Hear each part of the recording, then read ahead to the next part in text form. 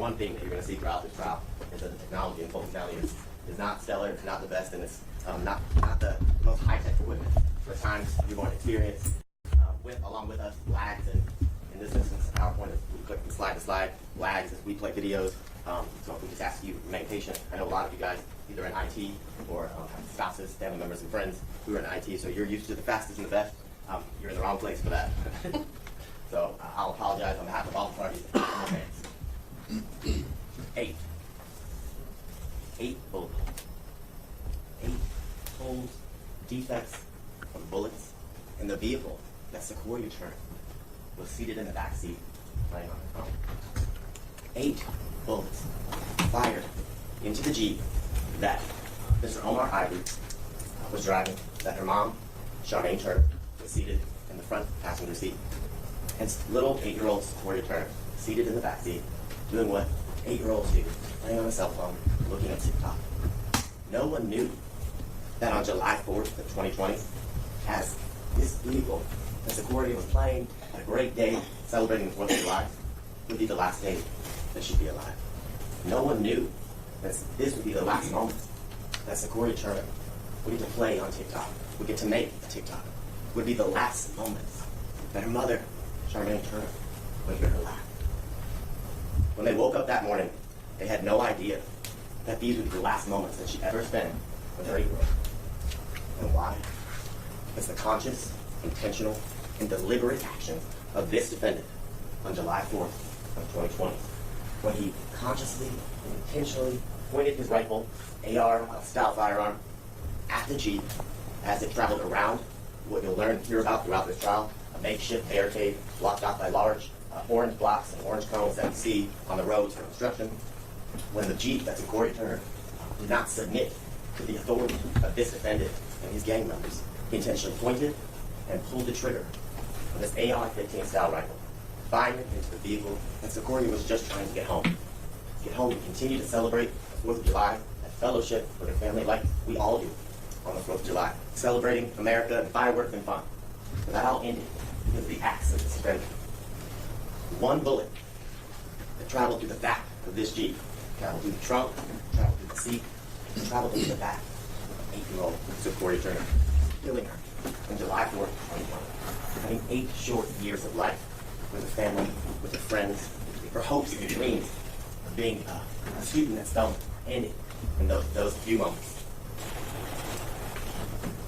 Now, what you're going to learn through the course of this trial, and the evidence is going to show, is that little Secoriea, she loved to dance, she loved to play on TikTok, she loved to make TikToks, she was happy, she was full of life, she was full of joy. She loved to read, she loved to learn. And because she loved to read and learn, she had already decided she wanted to be a student at Spelman. She would talk to her mom all the time about how excited, even though she was 8, that she was going to college at Spelman here in Atlanta. She loved her family. And all of that came to an end because of the senseless gun violence and the senseless, deliberate actions of this defendant when he fired his rifle into the vehicle that Secoriea was traveling in. Now, I want to talk to you, we covered some of this yesterday and the day before on Monday, about the summer of 2020 and what was going on not only throughout the country, but specifically here in Atlanta. It was a time that most of us had never experienced. It was an unprecedented time. It was a time where we were going through a global pandemic. We were experiencing surges during the summer of COVID-19. In conjunction with that, we were experiencing civil unrest because of protests that were supporting, rightfully so, racial injustice, trying to fight for change. But during the summer of 2020, as we moved into July 4th, at 1238 Fire Road, near the Wendy's, Rayshard Brooks was shot and killed. And as a result of him being killed, that Wendy's the next day, on June 13th, was burned out. As many of you had heard, we talked about it yesterday and the day before, about what we remembered, what we read, the information we processed as it relates to what happened to Mr. Brooks. And as a result of the shooting and the death of Mr. Brooks, there were protests throughout the city of Atlanta. There were protests specifically at the Wendy's where he was killed. And as we all are aware, that Wendy's was burned out. And that Wendy's, that area of 1238 Pryor Road, the intersection of University and Pryor, became a hub or a place where protests would happen often, where people would come to gather and support each other. But that changed as time moved on, as time continued. It became more focused on things of violence, things that led to the death of Little Secoriea Turner. And what you're going to see and what you're going to learn throughout this trial, you're tired of seeing maps and hearing us talk about locations. This is the general location we asked you about yesterday. We talked about how you're familiar with it, how often you've been driven by it, things of that nature. And this is the package store, which will be central to the facts and the evidence, as well as the DP, the area where the Wendy's was, and further down where you can see that there are warehouses on University Avenue. Now, as we move through the trial and as the evidence and the testimony unfolds, you're going to hear about, on July 4th, the conditions and the description of what 1238 Prior Road intersection with University looked like, what the conditions were, the people who were out there. You're going to hear about the fact that the police had coined the term or called this an autonomous zone, where during this time, the defendant and members of his gang had taken advantage of the fact that there was minimal police presence due to the unrest as it relates to police brutality and things of that nature. And what you're going to learn, what we talked about, is that they set up a barricade, a checkpoint, an armed checkpoint in this community and your community, making it to where they controlled everything. They controlled the authority of who could come and go and pass based on the blockades and the barricades that they had set up. They were armed with firearms to control and to assert their authority. And what you'll see, and as you will find out, when you don't submit to that authority, there's consequences. And Secoriea Turner paid those consequences because Omar Ivory, a member of this community, had the audacity, in their eyes, to not submit to their authority, to not allow them to control his egress and ingress. He went around the barricades, and as a result, they shot into his car. You're going to see video surveillance. You're going to see a lot of photographs. These are examples of what the barricades look like, the large orange blocks, the construction cones that we see, unfortunately, all around the courthouses. We all travel the next couple of days here and back. Now, you're going to hear from a lot of witnesses who are going to be able to describe the conditions of July 4th, 2020. Members of this community, employees and people who work in the area. You're going to hear from Jerrion McKinney, who is a individual, a male who's been a MARTA bus driver at this time. He worked with MARTA and was very familiar with the city and drove many routes throughout the city. On July 4th, 2020, his route included the University and Prior Road area and stops. He's going to talk about the barricades that he experienced, the having to ask permission to move throughout the city in that area, that he saw individuals armed with rifles, that he was forced to stop. And the only way he could ever get through is if he asked permission, and he was granted that permission. You're also going to hear from members of that community, Chris and Samantha McCord. And you're going to hear about their experience on July 4th, 2020, when they attempted just to go home, just like Secoriea and her family, just to get across the barriers, right over the second blockade where their home was. And they were denied access. Chris and Samantha McCord are going to talk about the fear that they felt, the anger that they felt, that they couldn't go to their home and their community that they had invested in, that they loved, that these people were preventing them from enjoying what they helped build and create. You're going to hear from Mr. McCord and Mrs. McCord to tell you that the firearms that the individuals, to include the defendant, pointed at their heads and at their vehicle, as they told them they weren't allowed to pass through. How they told Mr. McCord he was acting disrespectful, and how they made Mr. McCord turn around. What you're going to learn shortly after the McCords were not granted access is when Secoriea and her family were driving in the area. What Charmaine and Mr. Omar are going to tell you is that they had spent the day with family. They had spent the day having fun on the 4th of July at Miss Turner's mother's house, that the family had gathered. They barbecued. They had shot off fireworks. They did what most people do on the 4th of July. And that they were coming home roughly a little after 9:30, and they got off at Prior Road, University Avenue, exit off I-75.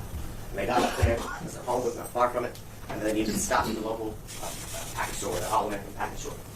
And as they drove up to the intersection, Mr. Ivory will tell you that in looking at it, he believed it was closed. He saw that some of the windows were dark and boarded up. So he didn't stop there, is what Ms. Turner and Mr. Ivory will tell you. And what they'll tell you is they were going to go home. That their house was on the other side of the barricades, and They hadn't encountered the barricades before. They saw them, and Mr. Ivory will tell you that as he approached the area where the barricades were, he went around, he didn't stop, he went around the first barricade, and as soon as he did that, there was gunfire at the gate. They'll tell you the fear that they felt. They will tell you the moments in which the gunfire is entering their vehicle, going past their heads and their bodies, and how they survived by the grace of God. And what they'll both tell you, and what Charmaine will tell you, is in the moments that the gunfire is occurring, she hears her daughter cry out, "Mama, Mama, I've been shot." She hears her 8-year-old little girl sitting in the back seat on their way home scream her name for the very last time. Because of the deliberate actions of this defendant, because someone had the audacity not to stop at this unlawful barricade, at this unlawful checkpoint. What both Ms. Turner and Mr. Ivory will tell you is they made it past the second barricade. They pulled over shortly down the road to attend to Secoriea. Ms. Turner will tell you that she dove into the back seat. She will tell you that she did everything in her power to keep her daughter alive, to try to stop the bleeding, to do whatever she could do to provide any medical assistance to keep the little 8-year-old with her. What both Mr. Ivory and Ms. Turner will tell you is they attempted to call 911. At that time, 911 was experiencing a high volume of calls. And Mr. Ivory will tell you that he called and called and called and couldn't get through.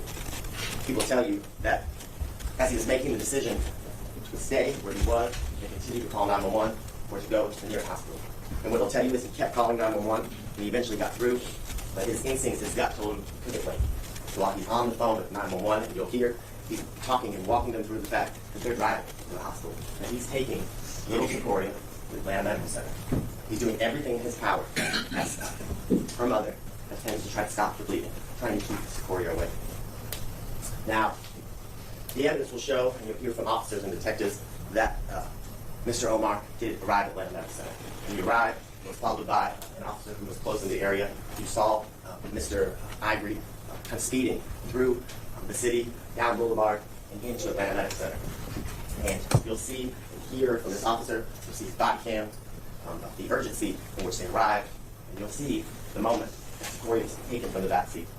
She's rushed into the emergency room, and what the evidence will show, the testimony will be, is that they tried everything medically possible to save this little girl. They tried everything. But nothing they did could stop, could fix what this defendant did to this little girl. You will hear Charmaine and Mr. Ivory on the moments when they find out that Secoriea didn't make it. She was never going home. That they were going to be leaving the Atlanta Medical Center without their 8-year-old little girl. And Ms. Turner will tell you how awful that moment was. How it changed her life and her family's life forever. How nothing has ever been the same since Secoria's death. You will hear from additional officers who responded to the Atlanta Medical Center because of the call of little Secoriea arriving with a gunshot wound to the back. You will hear from detectives from the homicide unit how the investigation began.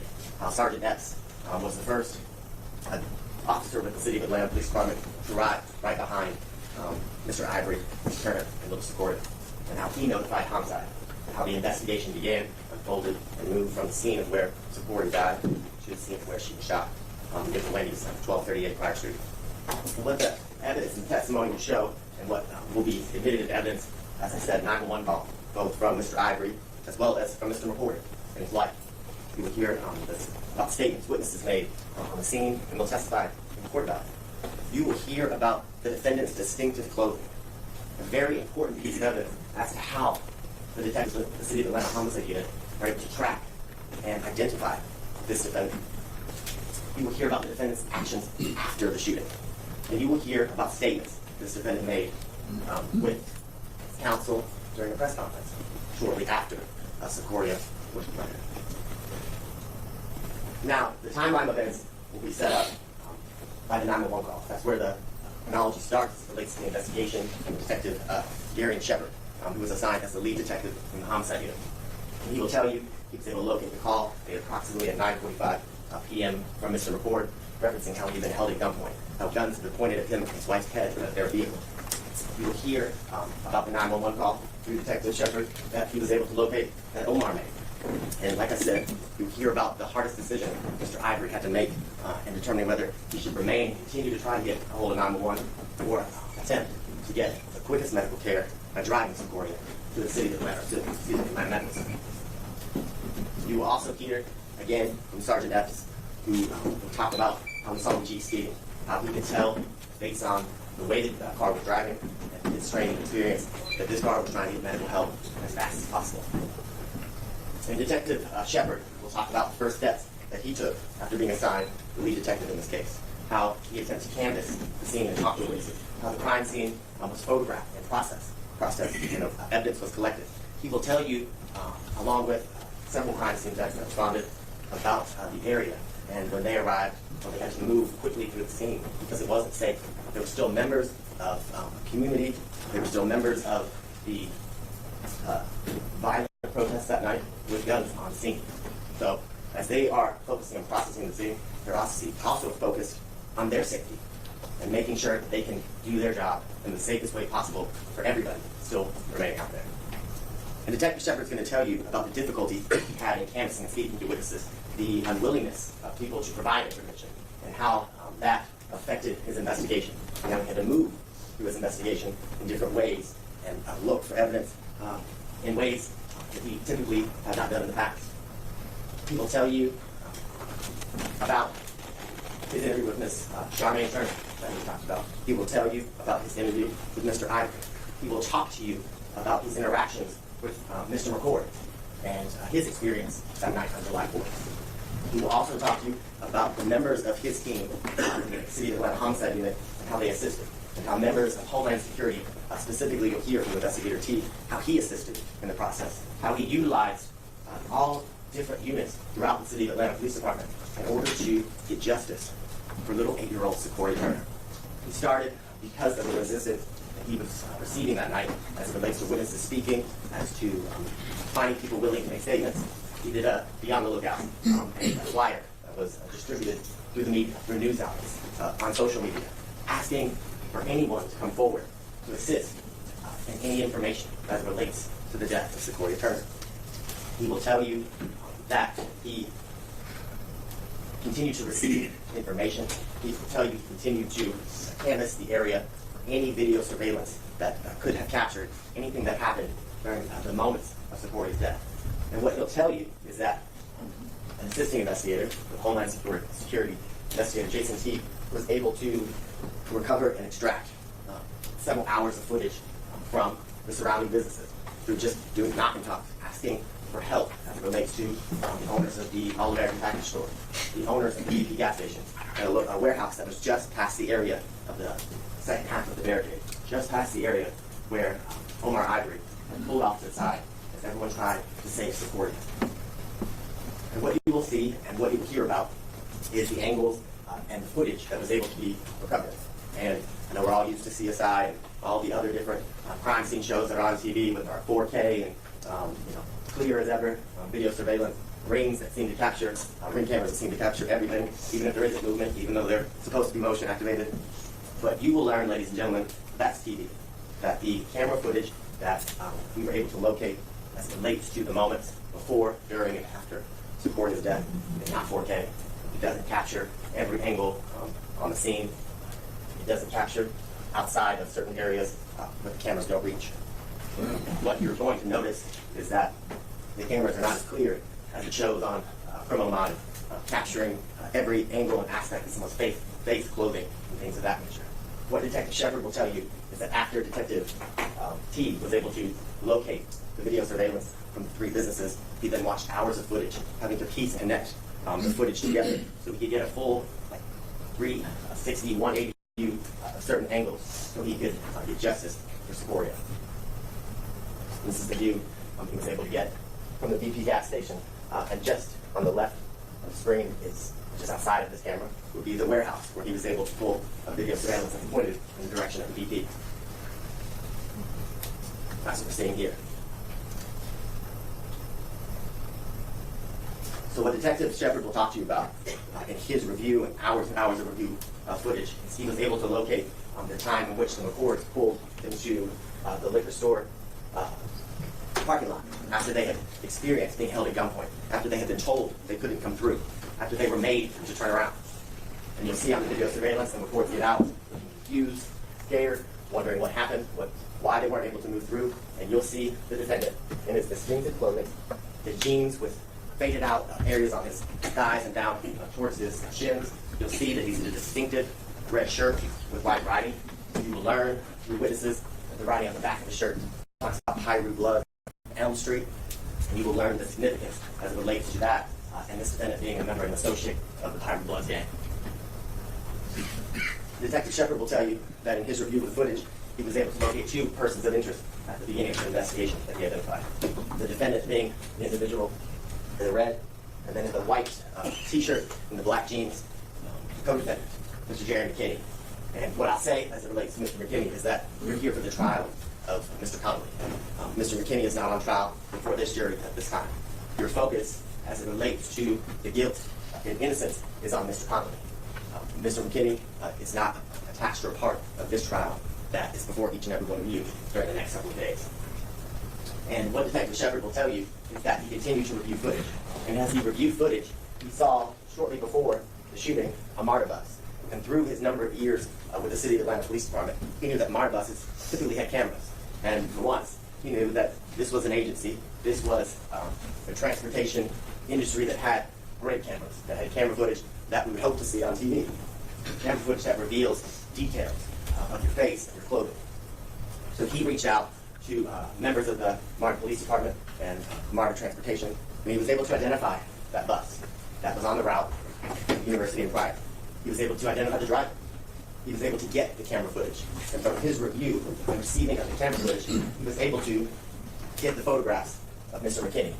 He was able to use the video footage to take screenshots of the details of Mr. McKinney, of Mr. Conley, his red shirt, his rifle, his black bag that he had over his body.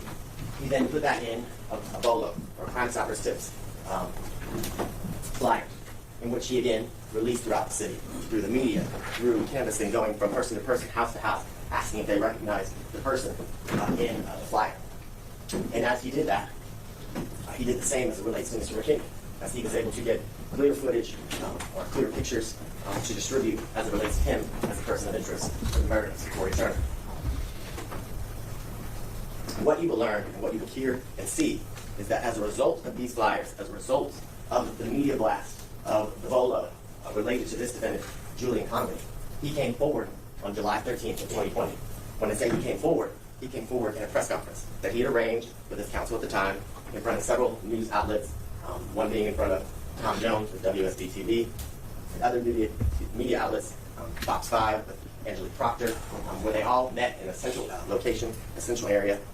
And he made statements during the press conference that his counsel made statements on his behalf as it relates to his picture being distributed as a person of interest. How he admitted that the person in the red shirt with the white writing, with the AR-style rifle hanging from his body, and that black bag was him. That that picture was of him.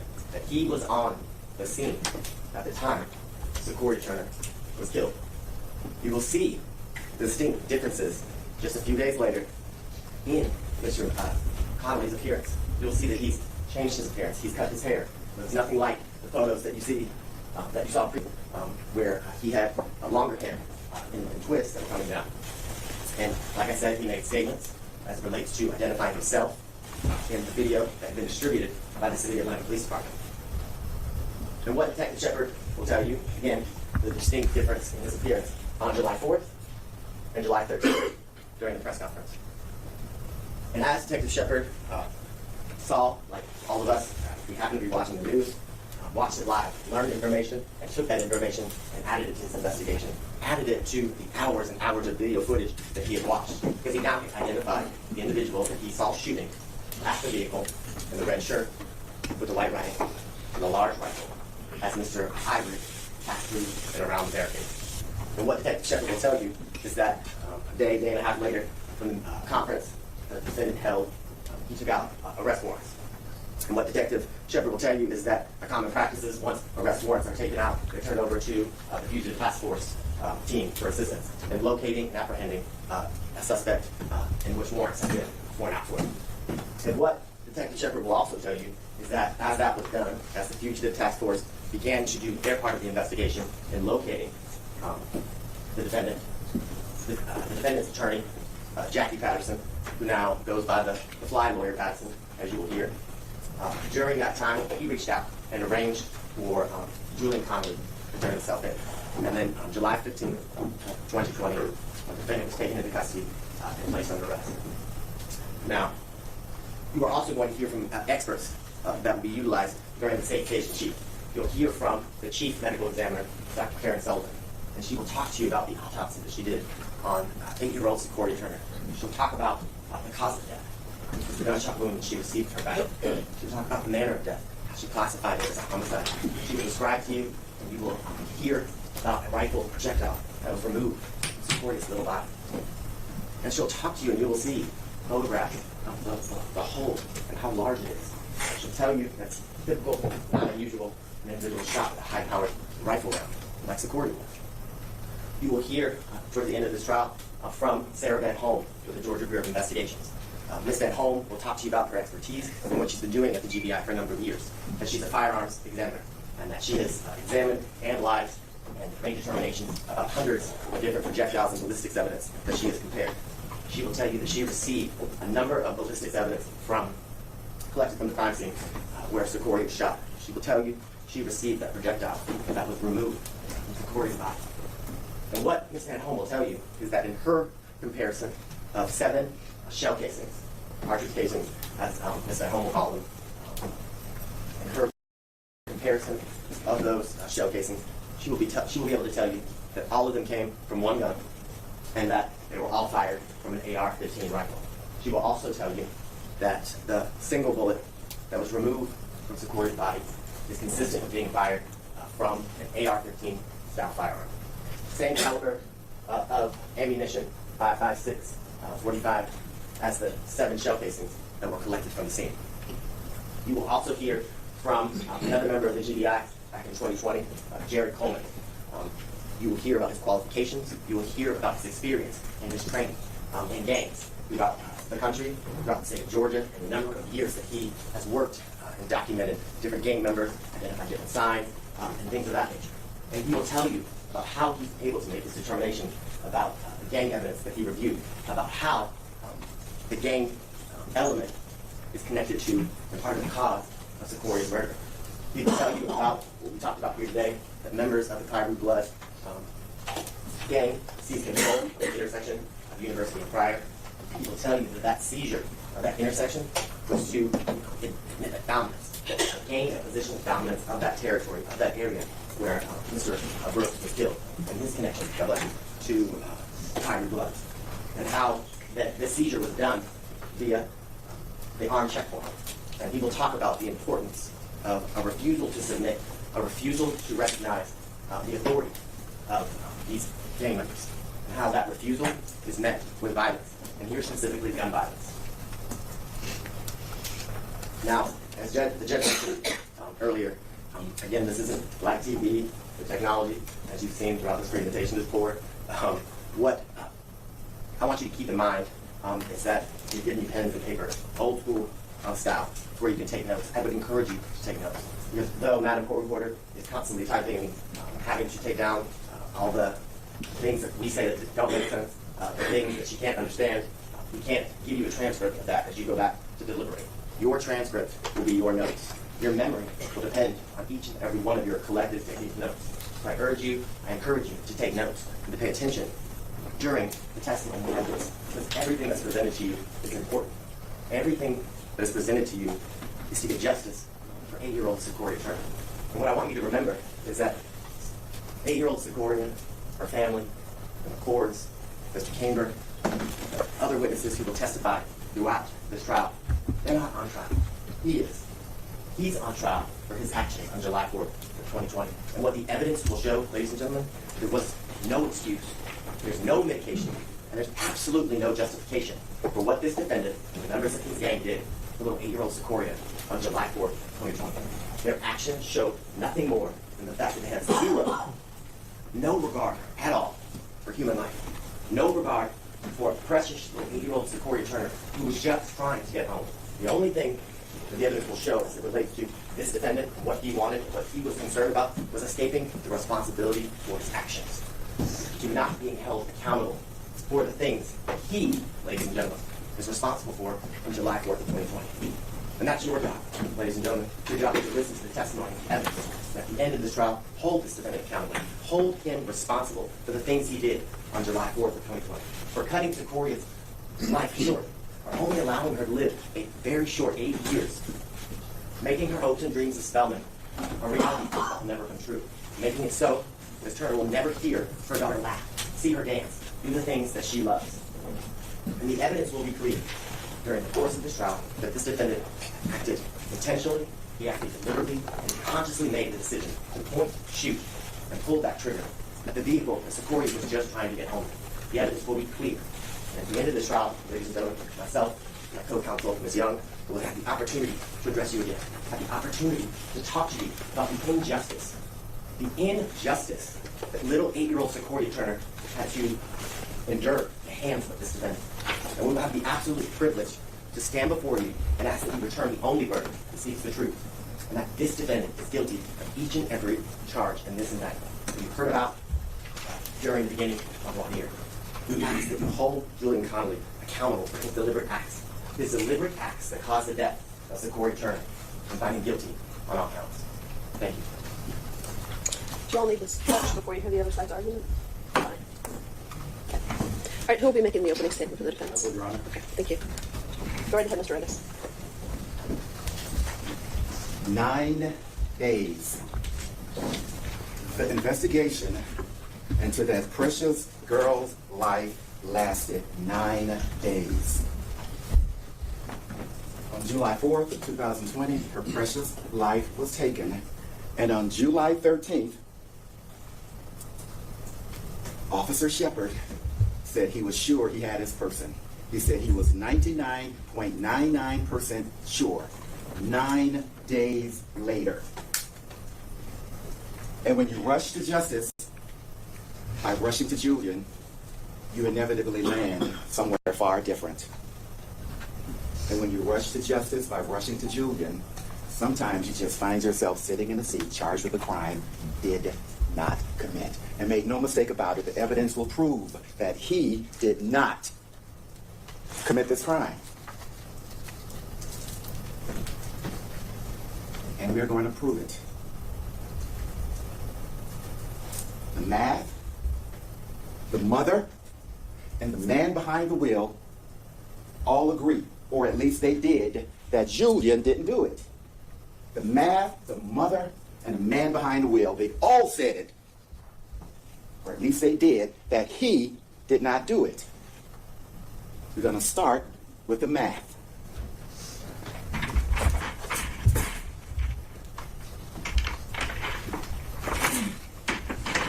The state is saying that Julian pulled the trigger that killed that precious girl. They're going to say that she sat in the back seat in the middle of that car as it drove through the barricade. They are going to say that Julian was standing by the driver's side door as the car drove by. They are going to say that he fired into that car. And you are going to see video, and they are going to point to a person they are going to say was Julian. Well, what the math will say is that if Julian is the person they say he is, he didn't cause that girl's dead. She was, and there'll be no dispute about this, a beautiful, beautiful 8-year-old girl. And that did not deserve to happen to her. But more than one thing can get you at the same time. What happened to her as she sat in that car seat should not have happened. And what is happening to him as he sits in that seat should not be happening. What the math will tell you is that if that person is him,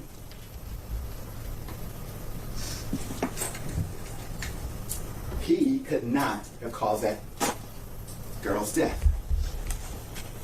Because if he is firing, as the evidence will show, and they'll have a medical examiner to testify about the fact, if he's standing and firing at the driver's side door, their medical examiner is going to tell you that the bullet entered that beautiful young girl from right to left, from low to high, from back to front. What that medical examiner will tell you is that the person who fired that shot, that trajectory is consistent with a person being on the right side of the car or near the back right side of the car to create a low to high, back to front, right to left trajectory. The evidence is going to show that a person standing by the driver's side door could not create that. But beyond the math, on that night, as they rushed to the hospital, and that beautiful girl's mother was in that hospital, and she was talking to officers. She told those officers, "Help me, help me, help me." They said, "How can we help you?" She said, "I saw the person who killed my baby.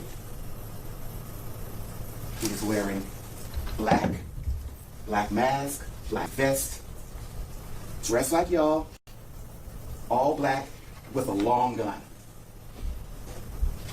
Later, as she was in the hospital, she told officers again, "I saw the person who killed my girl. He was wearing black mask, black vest, dressed like y'all, carrying a long gun." You are going to see pictures of a person wearing all black, carrying a long gun, kneeling and firing upward. You are going to see that picture.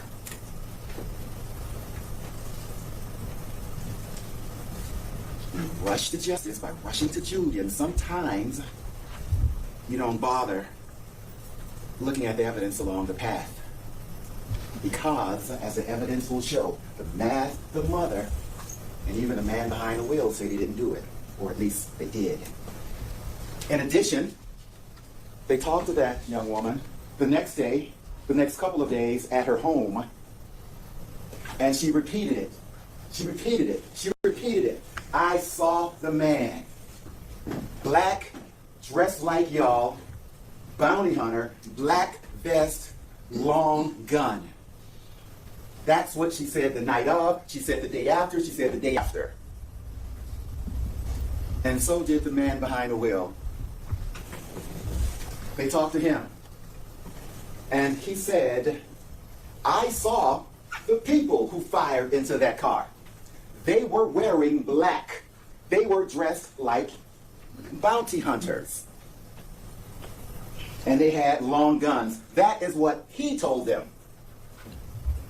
That is what he told them. But not only did he tell them that, he gave Officer Shepard pictures. He gave Officer Shepard a picture of people in some crew.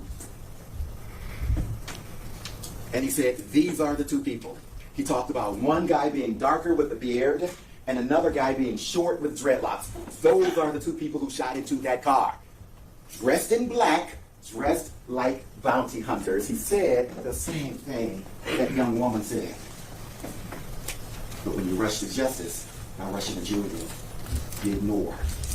You ignore evidence along the way.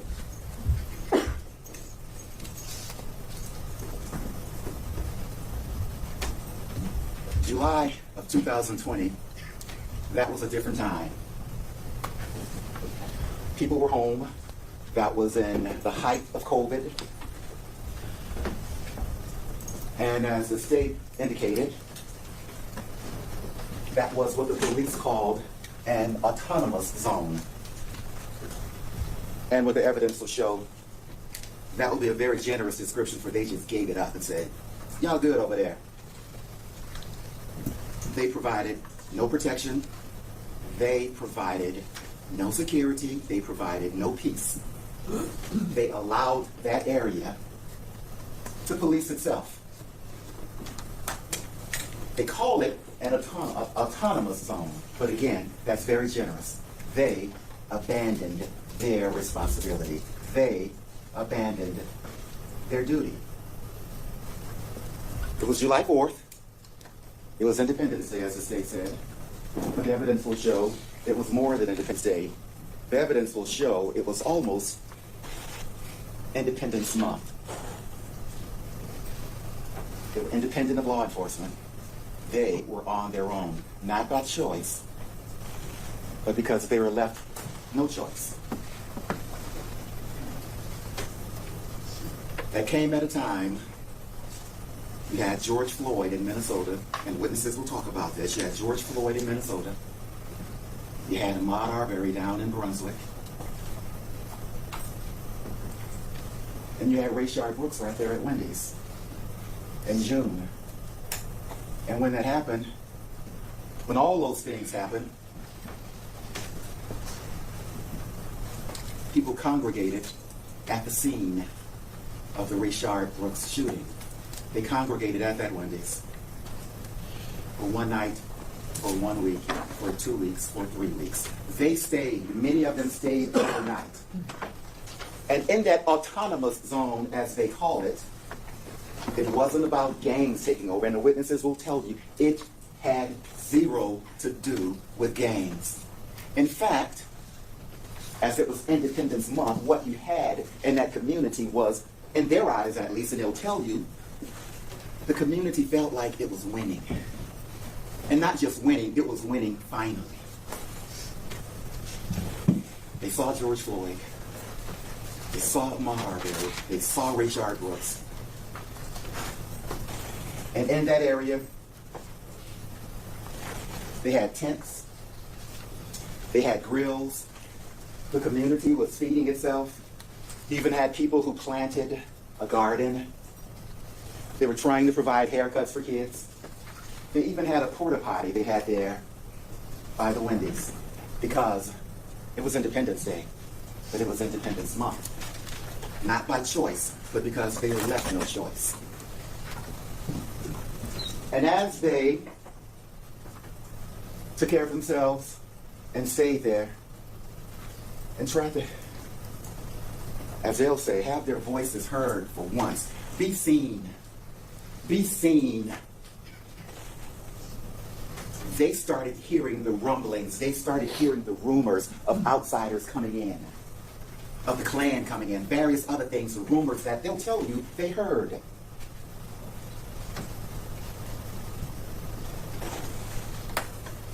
They're not going to show you any evidence of any defendant bringing in a barricade.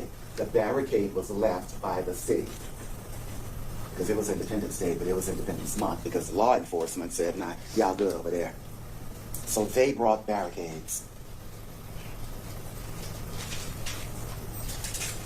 And as the witnesses will tell you, under the influence of all of what was happening in June of 2020 of the George Floyd and Ahmaud Arbery and Rayshard Brooks, also, they were cognizant, they knew of, they were aware of, and they were frightened about Heather Heyer, a woman protesting in West Virginia, Charlottesville, Virginia, where a car rammed the protesters. Because on this scene, on this night, as it had been the case for previous month almost, you had kids playing in the street, you had people cooking out, kids doing cartwheels, and families cooking and sharing food.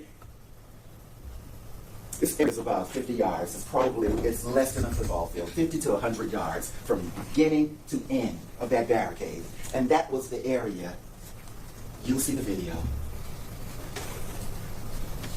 Because it was Independence Day.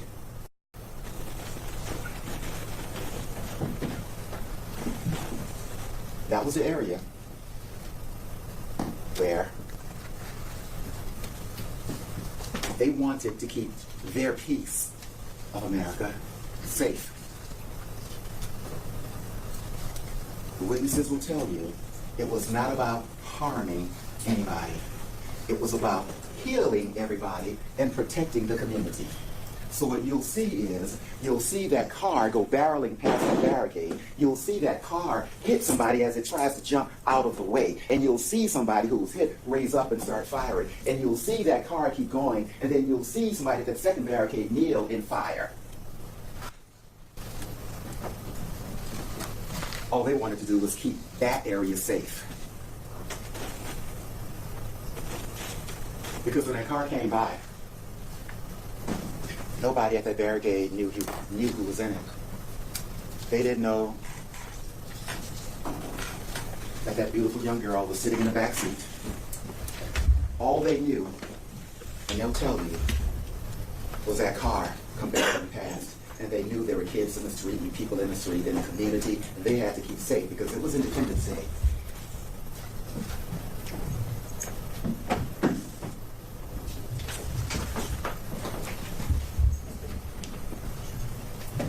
As the evidence will show,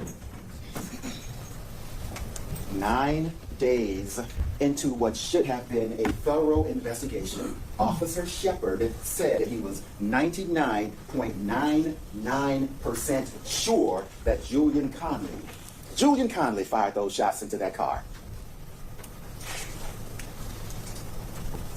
But you will see, as you've heard, that Julian Conley had on what they have called, and what the evidence will show, and what the picture will, a distinctive red shirt. Julian Conley had on a distinctive red shirt.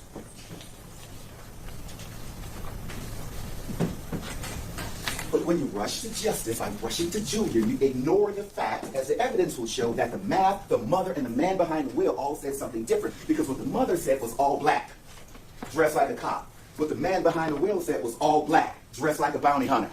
What the man behind the wheel showed pictures of were people in all black, dressed like a bounty hunter. But he had on distinctive red. But what happened? The evidence will show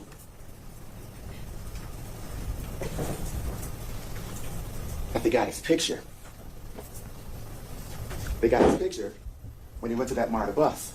Didn't threaten anybody, but they got his picture right there on the camera provided by the MARTA bus. In his red distinctive shirt, not black. And the evidence will show they put that picture on TV. And the evidence will show that when they put that picture on the TV, that man said, I want to go clear my name. And he called a lawyer. I am not responsible for him calling himself the fly lawyer, but he called a lawyer. He wasn't the fly lawyer. He called a lawyer who was a friend of his mom. He called a lawyer that he knew was in law enforcement with his mom when they worked at Clark University Police. So that was the person they called, Jackie Patterson. Jackie, can you help my son? And that man, to clear his name, I'm wearing red because at this point the evidence will show flyers had already gone out. Black, dressed like a bounty hunter, but he saw his picture on the screen and said, let me go turn myself in. Let me clear my name.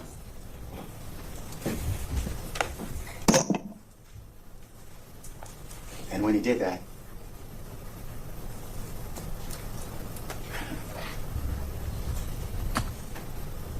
when he rushed to justice by rushing to Julian, he disregarded a lot of facts along the way. He turned himself in, thinking he would clear his name.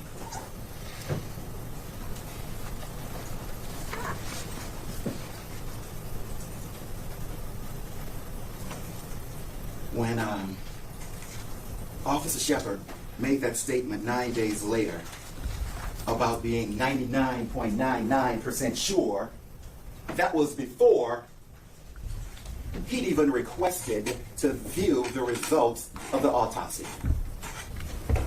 Because, again, when you rush to justice, you don't have to wait for details. Before he got the results, before he'd seen the results of the medical examiner, he already made up his mind. I'm so happy you're here.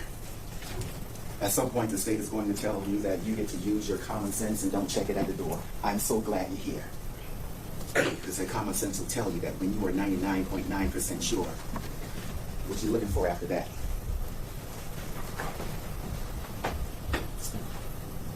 So when he made that statement about being 99.9% sure and saying that Julian was standing by that driver's side door firing into the car, he didn't know at that point that the bullet entered from right to left, low to high, back to front.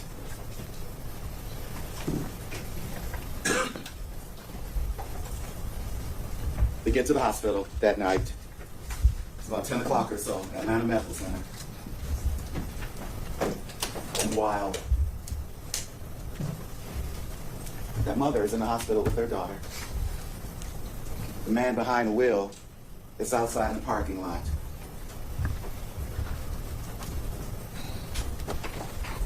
And he's telling them from outside in that parking lot, I'm gonna have a lawyer tomorrow.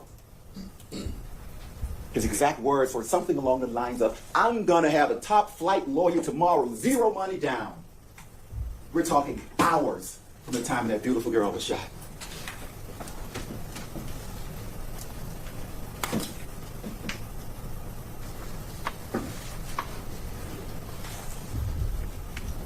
I'm so glad you're here.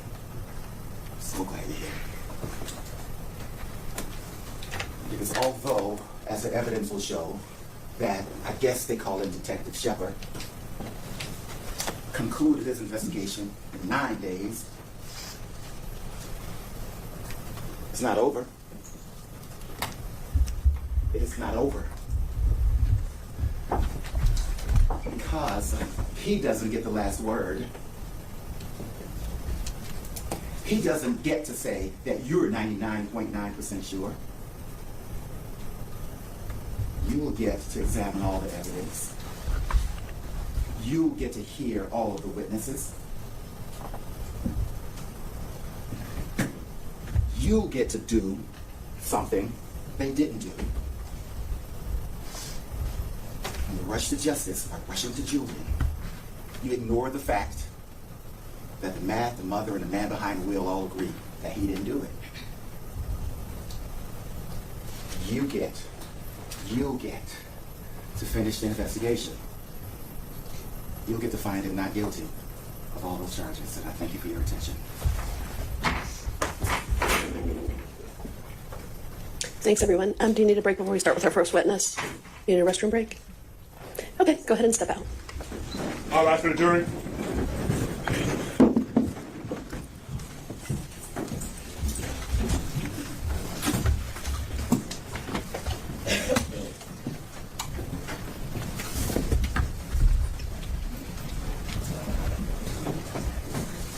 Can I see the attorneys at the bench for just a sec?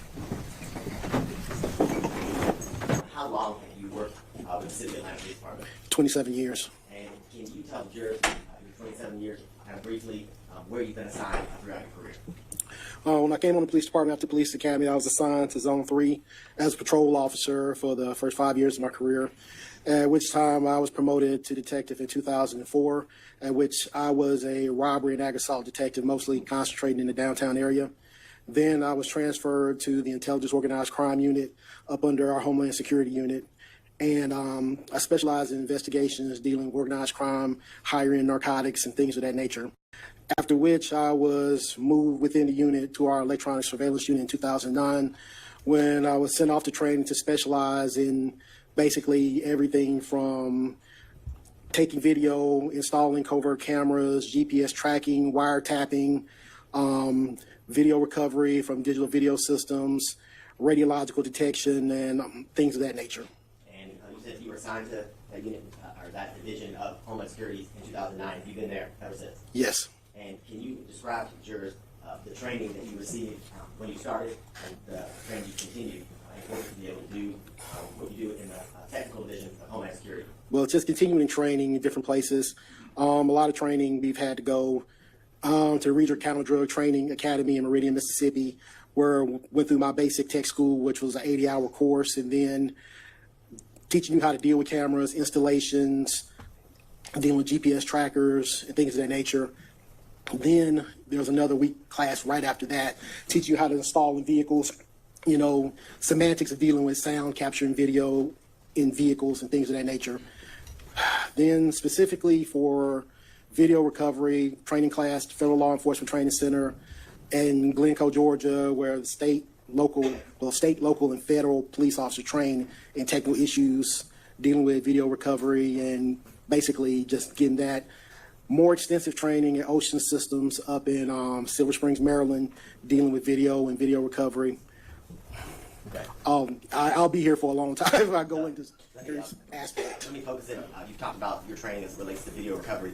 Is that training something that you received as you talked about, and is that training you continue to receive because of the changing technology? Yes. And in what you do with Homeland Security in the technical unit, can you explain to the jurors, are you requested to assist on many different cases with the City of Atlanta Police Department? Yes, whenever crimes occur and there are people who have digital video recorder systems, and people generally don't know how to export the video so we can put it in evidence. Me and 3 of my coworkers were called out to the scene to recover the video.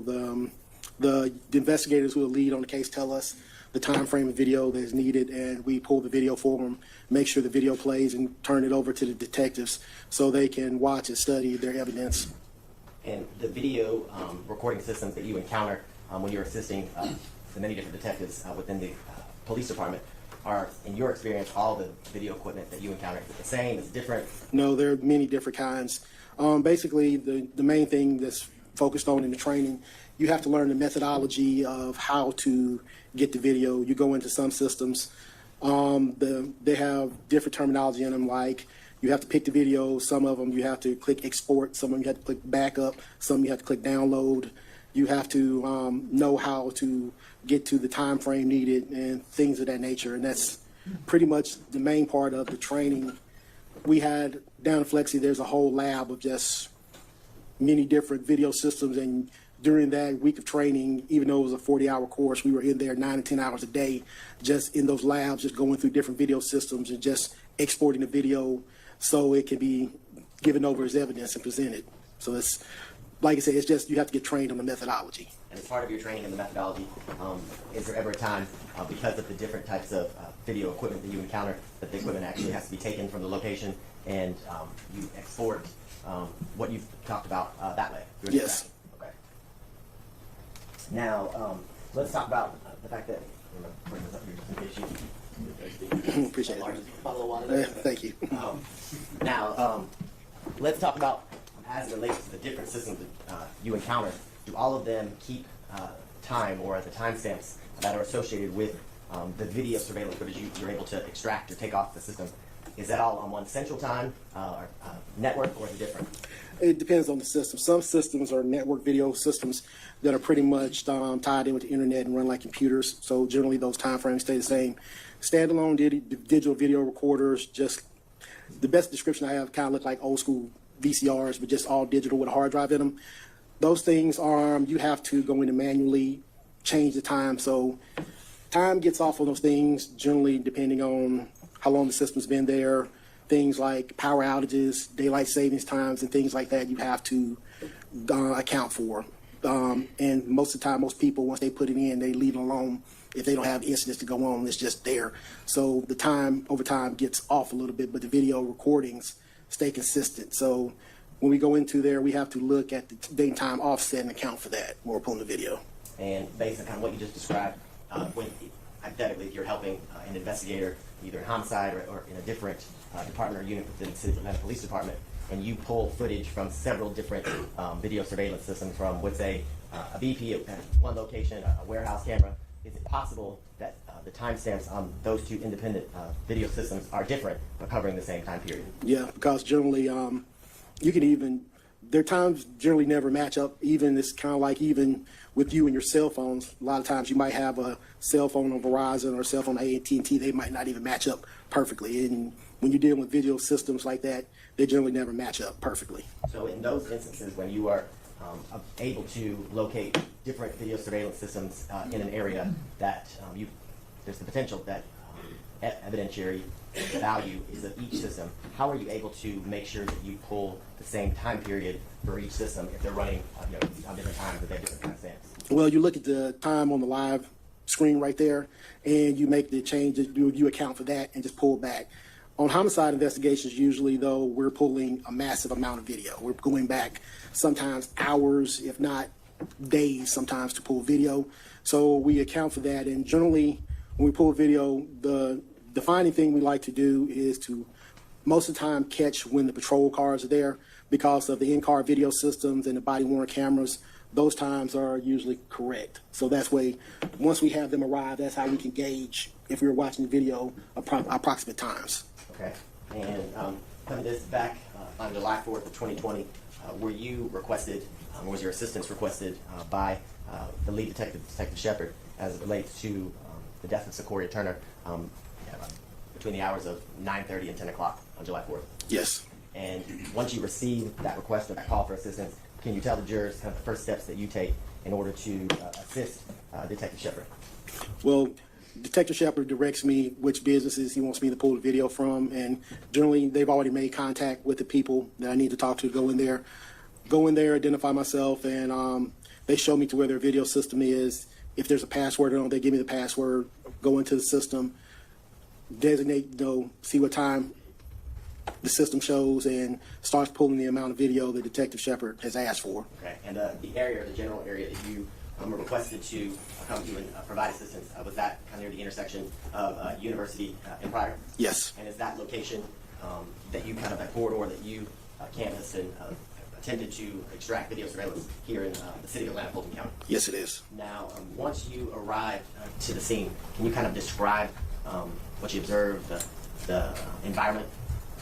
Well, there's been ongoing protests out there for a bit, and the area had, best description was kind of like in disarray in the area, because basically overnight there was like hardly any law enforcement presence out there. So it was kind of a interesting scene.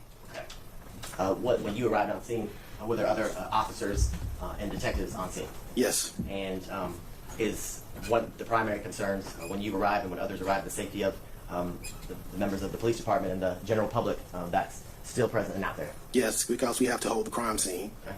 And let me ask you this question. During the summer of 2020, you were working in Homeland Security? Yes. And as it relates to your specific division or unit, Homeland Security, were there, to your knowledge, based on being in the unit, officers or detectives with that unit present throughout the summer? Present in the areas generally until certain times when things started going south at night. Okay. And can you explain, what do you mean by that, the present generally, and then at night their presence was, it sounds minimal? At that location, generally at night, people started showing up. I'm objecting, Ron. I don't know that the officer is testifying from personal experience. I am. Okay, well, I'll withdraw the objection. Thank you. People started showing up carrying long guns, walking in the area, blocking the street and confronting vehicles as they passed through. Generally around those times, we were basically told to go ahead and leave the area, because when you're dealing with undercover police officers and people open carrying of weapons, you increased the possibility of confrontations between the two. And is it fair to say that withdrawing, I guess, the presence of uniform officers during that time, and as well as you said undercover officers at the evening, is that for the general safety of everyone? Depends on someone's point of view, but generally, yes, you're just lessening the potential of an armed confrontation. Okay. And that's that question. Does that minimize, based on your training experience, the risk of confrontation with law enforcement being withdrawn with people open carrying rifles and things of that nature? In a sense, yes. Okay. Now, when you arrived to assist Detective Shepard in his investigation, can you explain to the jurors the video surveillance systems that you encountered and your success in being able to extract or take data from the surrounding area? Yes. Different systems. The BP gas station had a specific system that uses a proprietary player, and The other two had regular DVR systems except for the digital. The system at the diesel place that was actually at the time it was vacant. They had their cameras outside on poles recording. Okay. And is that the area that can be described as a kind of a warehouse that's kind of past or across catty corner from where the Wendy's used to stand? Yes. And were you able to get any video surveillance footage from the liquor store and the package store at the top of the street where University and Pryor intersect? Yes. And can you tell the jurors when you encountered that system, was there anything different than what you've described as it relates to the systems you encountered with the what I'll call the warehouse and then the BP gas station? Just different brands. Okay. And can you tell the jurors when you examined the systems and you were able to, well, were you able to extract footage from each one of the systems and each one of the locations? Yes. And in your review of the cameras and the footage, were all of the timestamps that you encountered from each system, were they the exact same? No. And were you able to do what you described, look for uniform officers or events that you have been, that you've talked about here with Detective Shepard and locate the footage for what's been described? Yes. Okay. And in each instance, as it relates to the footage or the system from the BP, the package store, and then the warehouse, were you able to actually download the requested footage from Detective Shepard? Yes. And I want to show you what's been marked as State's Exhibit 2 here on the adverse witness. Yes. You will take a look at State's Exhibit 2 and let me know if you recognize it. Yes, this video for the incident. And the video, is it contained on a USB? Sorry, she couldn't Yes, hear us. video from the incident. The video that you described from the incident in State's Exhibit 2, had you have an opportunity to review all the video footage contained or the video footage that's contained on the USB drive? Yes. And is that video footage a fair and accurate copy of the footage you were actually able to pull from the BP, the package store, and the warehouse? Yes. And in addition to looking at the footage you actually pulled, did you also look at footage on State's Exhibit 2 where it was a compilation in the sense that the footage from each one were merged or put together? Yes. And after you reviewed the compilation, did it fairly and accurately depict all the footage that you looked at previously when you assisted Detective Shepard on July 4th, 2020? Yes. Okay, at this time, the state would tender what's been marked as State's Exhibit 2 in evidence. Any objection?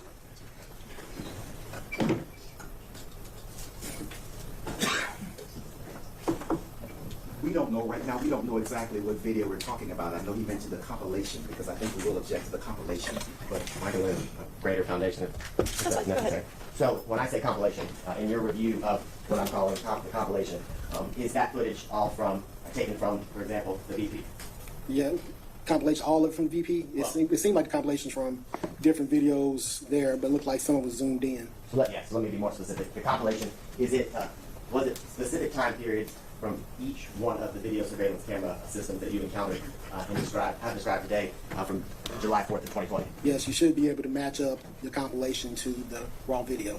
And in your review, is that what you were able to do? Yes. Okay. At this time, around the state defendant with the mark, the State Exhibit 2. Your Honor, I'll object to if it's the altered video where there are marks on it. I'll object to that, and I'm just not certain if that's the video we're talking about in terms of compilation where there are circles and highlights. I object to that. Are there circles and highlights? And zoomed in, as the witness said. But there is. Okay, are you going to submit the original videos too? Are you going to put those in evidence in case the defense needs the original videos? It's all there? Did State Exhibit 2 contain every video that you were able to pull from the extractions of all three systems? So it had the raw video. And in addition to the raw video, did it have a compilation of the raw video from each of the systems you described, but for specific time periods, and let's say, for an example, 9 to 10 o'clock from the BP, from the warehouse, and from the package store? Yes. And was any of the footage altered in a way that changes the substance of what you were able to extract and pull? From what I watched, no. Okay. I would tender State Exhibit 2. We object to the altered video. On what ground? It's altered, Your Honor. It is testimonial. There are circles, there are highlights, I think, zoomed in, parts are dark, it's enlightened. It's testimonial. It's drawing conclusions that should be in the province of the jury to determine if that person is the person they're saying it is. Okay, I think that these may be arguments for whether the video would go out later in the trial with the jury. Do you want to talk? You can talk. Go ahead. Well, Your Honor, I believe this is an issue that we need to discuss outside the presence of the jury. We Okay. need to understand that they were going to try to admit this right now. Okay. So members of the jury, can I send them to lunch now? If we could finish this witness, then Okay. I think- Will you guys step in the jury room for just a minute? All right for the jury?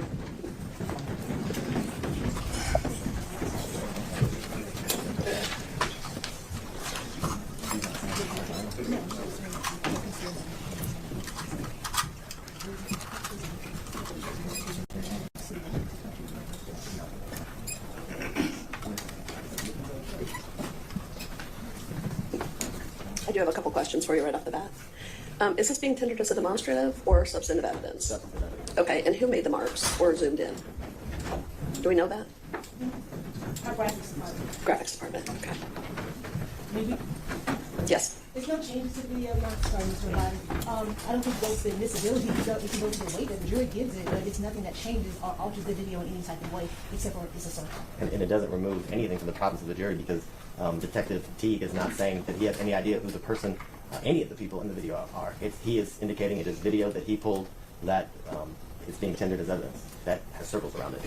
Okay, go ahead. The circle says, this is Conley, and that circle follows that person, and it follows that person into a shaded area where you can't even make out who the person is within that area. But that circle is still there. It is suggested that the same person you saw here in circle is the same person you saw here.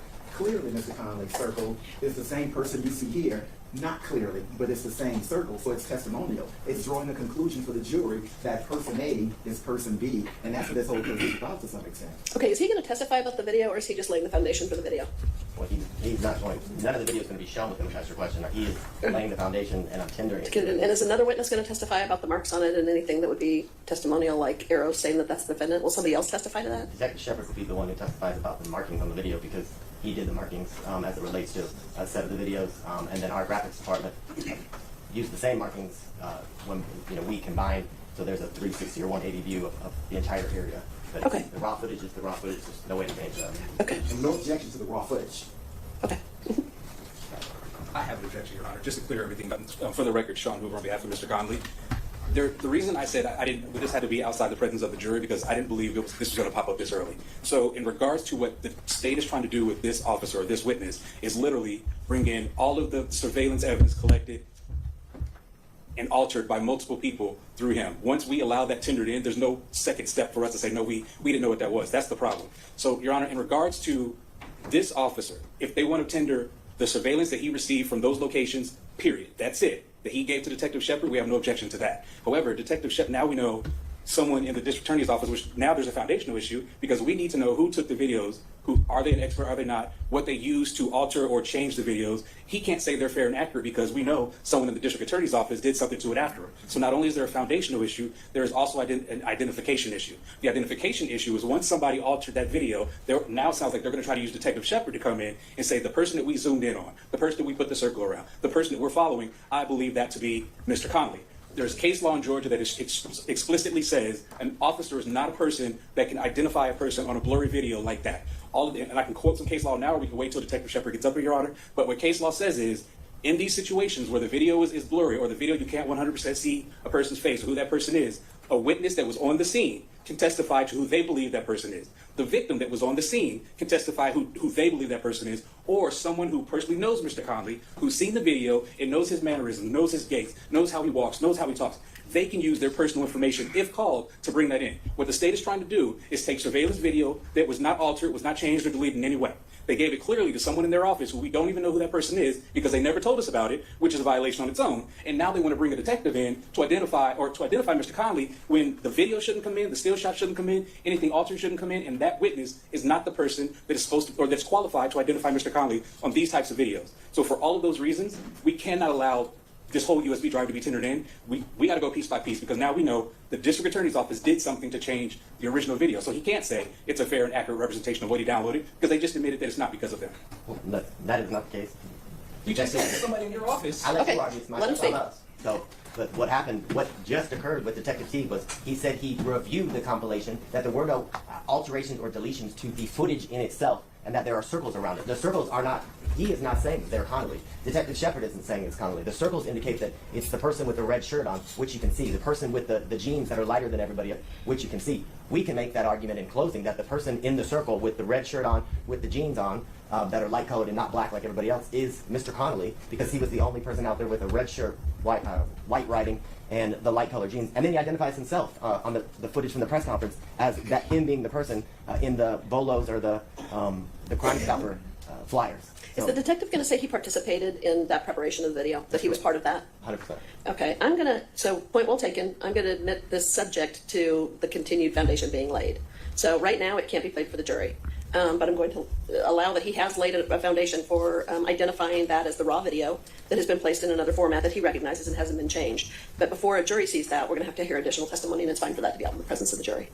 And before Detective Shepard takes a stand, Your Honor, I would like to present the case law that I have. That's fine. Okay. Okay.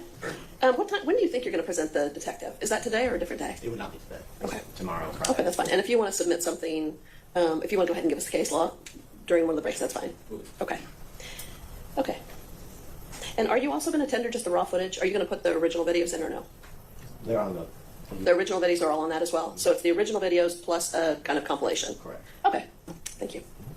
All right, we can bring the jury back in. Do you want me to make that ruling again in front of the jury, or do you guys want to let them go to lunch? Well, how much more do you, I don't know how much more do you have? Do you have any more? I may have one question. Okay. All right, well, it's been tendered outside their presence, so if you want to take it back up in front of them, that's fine, but if not, it's settled. Well, I guess is Your Honor going to rule on? I guess the. I'll roll. Yeah. Mhm. Okay.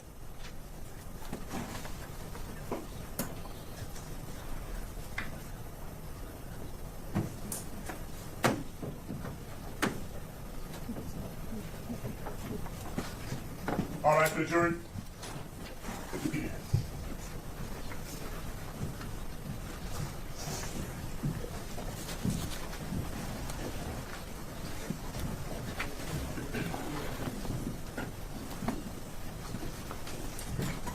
What exhibit number was that? 2, Your Honor. 2. You would like to- Thank you. All right, having heard the arguments of the parties, please be seated. Having heard the arguments of the parties as to exhibit number 2, at this point the proper foundation has been laid for the raw footage that's on that jump drive, and the remainder, any compilations, are admitted but subject to the continued foundation being laid through a later witness. So, Thank you. everybody understand the ruling? Yes. Okay. Yes, Your Honor. Thank you. Your Honor, I have no further questions for Detective. Okay. Cross. Good afternoon, sir. Yeah, please. I think you talked about in your direct testimony the area being in a bit of a disarray. Is that fair to say? That's to put it lightly. When was your first time going to the scene or to the area? To the area? Yes. Was right after the Rayshard Brooks incident the next morning. We were already at work constantly around 16 hours a day dealing with the riots that were going on at Marietta and CLP. And how many times thereafter? Do you have notes to indicate how often you went after that first appearance? We were down there daily, passively monitoring just to see the goings and comings and things of that nature, trying to passively monitor the crowds through basically non-engagements just to see what's going on, generally to report back, because we were running the Joint Operations Center at the time, at police headquarters, monitoring all the unrest in the city. And I guess I'm asking specifically about you rather than the collective we. About how many times were you present? Present at that location? Yes. I was present at that location generally going back and forth between CLP and Marietta at least 2 to 3 hours a day at different time frames. And when you would be there, isn't it fair to say that, I think you testified to, please correct me if I'm wrong, that there were many people carrying long guns, correct? Yes, they would show up at different times. We had different incidents out there, including a couple of gunfights. We had an officer assaulted, and several different people just hit with random gunfire. But now, as we move closer to July 4th, were you still going to the area then? Yes, still randomly when I was at work. We were still tasked with monitoring everything that was going on, reporting back. Now let's talk specifically about July 4th. Isn't it fair to say that there were kids and families out there as well, correct? Yeah, there's some people brought their kids out there. Some people brought their families out there. Even some people went so far as to set up stands selling T-shirts and barbecue. Right. People were cooking out. People were living in tents, correct? Yeah. Did you notice a garden out there as well that people had set up? They set up many things out there. I wouldn't call it a proper garden, but they set lots of things up there. But generally, talking about July 4th, that was a more festive atmosphere, correct? I would not be the person to call any of that stuff that was going on out there during that time frame festive. When you say you would not be the person, I guess you have. I would not use that term as being festive. Because generally when I refer to something being festive, it's not next to a burned down restaurant. It's being festive. And children in the streets doing cartwheels, that don't qualify as festive, in your opinion. That's the opinion of whoever parents brought them out there. I wouldn't bring mine. Well, you are entitled to not bring this out there, correct? Like I say, that's everybody's personal right as a parent to bring, each parent judges where they would bring their child at. But, I can't be the one to say this parent was correct for bringing their child or not correct. And there was also, again, fireworks as well happening that evening, correct? Yeah, people were shooting fireworks also. You ever been to a block party? Many. This was sort of like a block party. I would not call this a block party. You wouldn't call it festive or a block party, right? No, I would not. Now, you indicated something about the COP. 17 Olympic Park Drive, by the CNN Center. Okay. And you said you were in that area as well? Yes, we were monitoring both areas. Okay.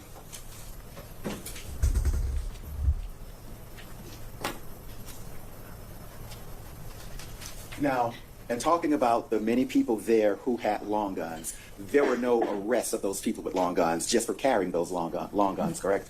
Not that I'm familiar with. Are you familiar with the term autonomous zone? Yes, I'm familiar with the term autonomous zone. And but I do not recognize the authority of an autonomous zone as a police officer. well, with that zone being autonomy, isn't that almost indicative of there not being authority? Well, not being authority was still in the city, but authority was ordered out of the area. And you didn't like that, did you? Not particularly. So someone above you ordered that there be no police presence in this area at particular times. Isn't that correct? I'm going to object to hearsay as well as speculation. That is a question. Can you reframe the question? Police were ordered not to be in that area, correct? Yes. And the term autonomous zone, that is a zone that was given to that area by law enforcement, correct? I wouldn't say because you could pull police out that it was given to someone. So even if there were police there, they were pulled out. Yes. No further questions. Any redirect? Very briefly, Okay. you talked about other areas that you had monitored or were monitoring on across. Did you also respond on that same day, July 4th of 2022, the Edgeworth Auburn Avenue area where shooting occurred? Yes.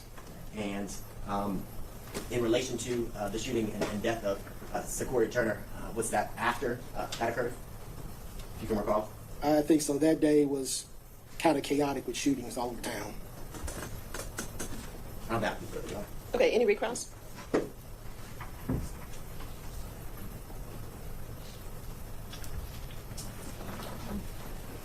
I have no more questions for you. Thank you, sir. All right, thank you. Okay.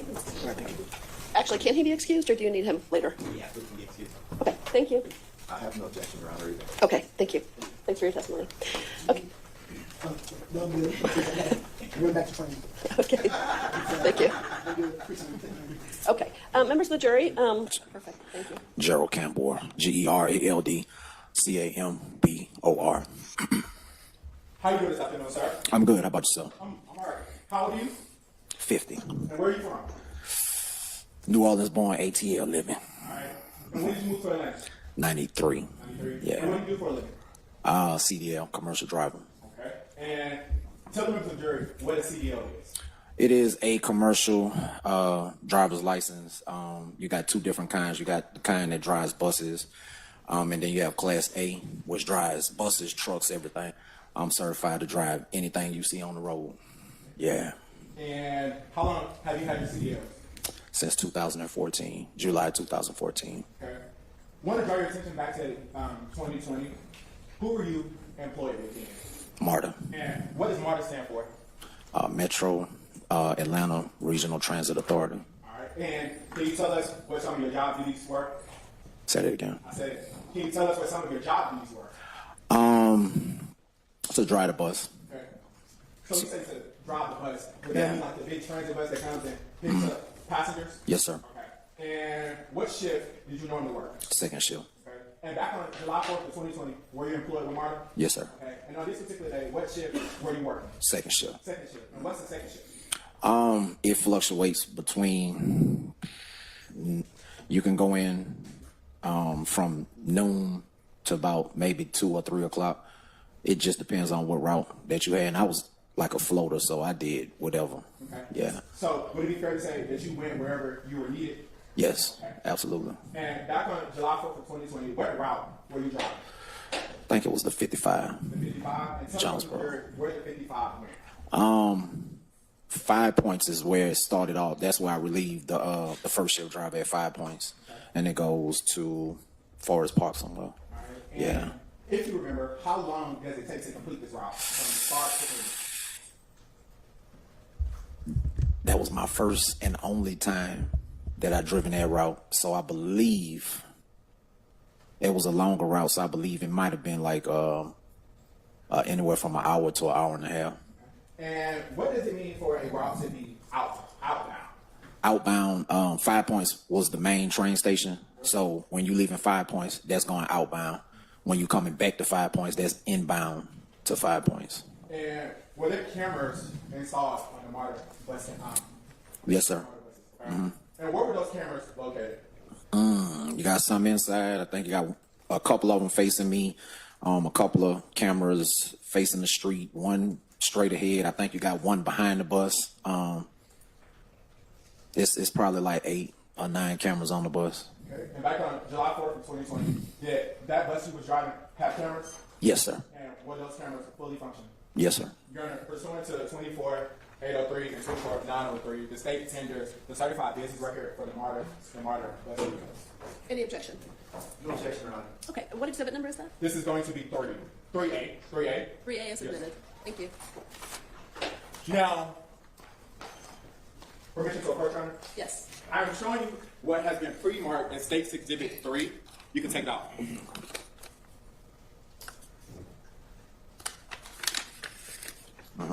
Do you recognize their flash drive? Yes, sir. And how do you recognize their flash drive? Just by being showed it, and I have my initials on it. Do you also have a date on there? Yes, sir. Okay. And did you have an opportunity to watch that flash drive for its entirety? Yes, sir. And was it a fair and accurate depiction of what took place on July 4th of 2020? Yes, sir. Okay. Your Honor, there's one more thing I'm going to ask you.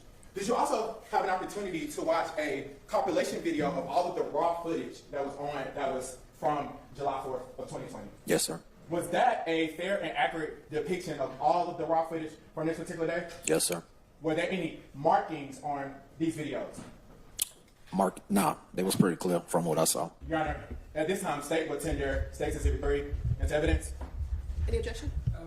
Before we make the objection, Your Honor, I'm a little confused as to what surveillance he's actually talking about, because we know there's surveillance from that day for multiple locations, and what the state just said was, well, all of it. So are we talking about every single piece of surveillance that was collected that day from every location, or just the surveillance from the MARTA bus?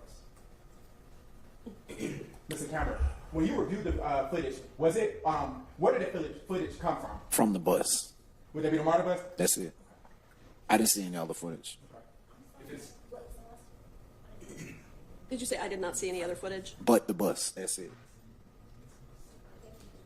If it's just the actual footage from the MARTA bus with no alterations or deletions or corrections, then we have no objection. Your Honor, there are none. So, State tenders State's Exhibit 3.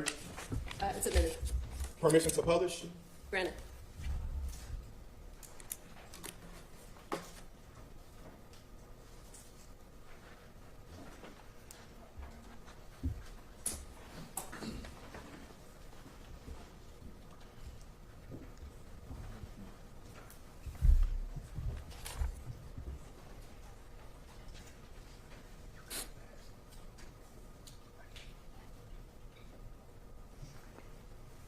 Let the record reflect that we are starting the video at 000.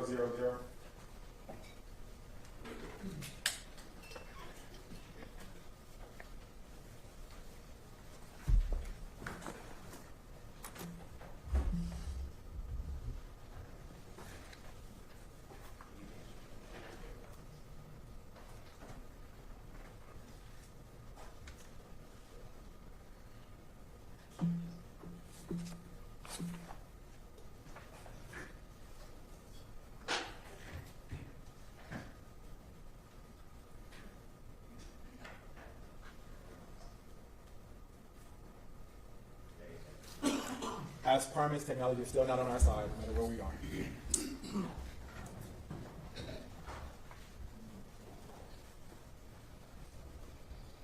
So, Mr. Cameron, can you tell me what we're watching at this particular point?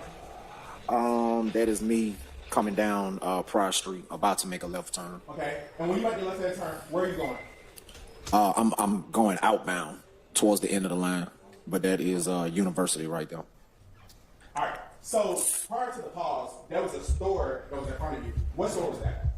The name of the store, I don't know. I think it was a liquor store though. Okay. Yeah. Store. All right. And what are we looking at right now? That's me.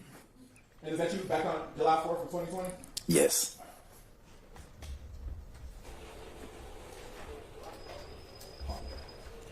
Did you just hear what you just said? It's blocked off. Okay. Yeah. And what is it's blocked off? What's blocked off for this particular? The street. Okay. And why did you say that the street was blocked off? Because it was barricades, and I couldn't make it through. Okay. Yeah.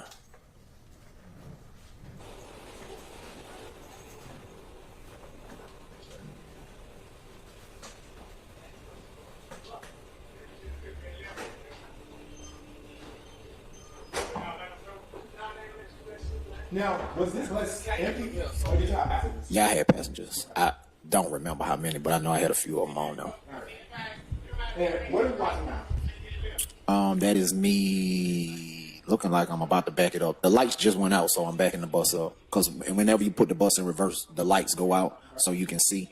And I'm tapping the horn, letting people behind me know that I'm coming back. And why are you backing up instead of going forward? Because the street was blocked off. Trying to ride, no, I'm going the other way. I saw it.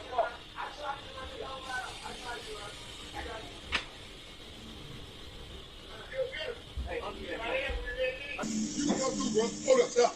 You can come through. You trained. You a part of the community. You're not doing that. Y'all stay out there and get your ride. Come back in. I got you through. Come on. So, prior to this person coming up to tell you that you can go through, were you allowed to go through? No.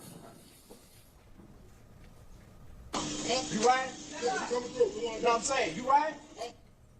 Now, do you see someone wearing a red shirt in this particular video? Yes, sir. All right. Can you tap the screen for me? And can you tap it? Right. Hit that button. Can you circle that person wearing their red shirt?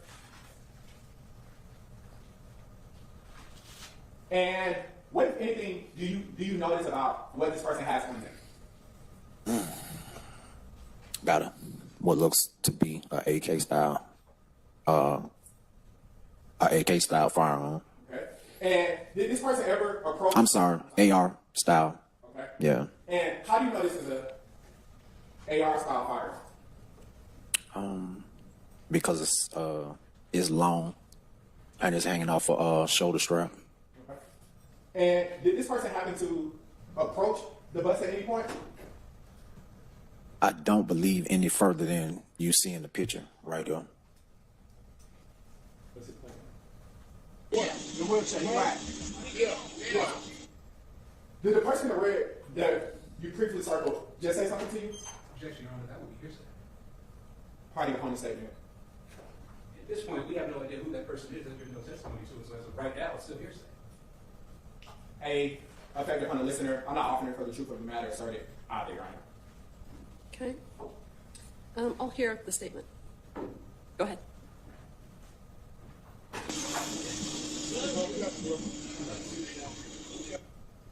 Yes.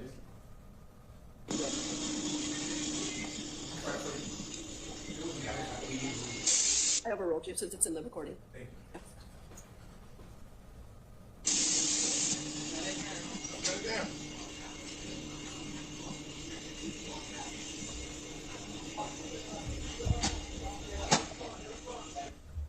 Now, do you see another individual that just came from screen prior? Mm-hmm. Is that a yes? Yes. Okay. And can you circle that person for me? And what, if anything, did you notice about this person? His pants is sagging. He looked like he's holding a firearm, but I can't really tell from this angle. Okay. So, if you tap the screen, you can get rid of the first circle. Tap it.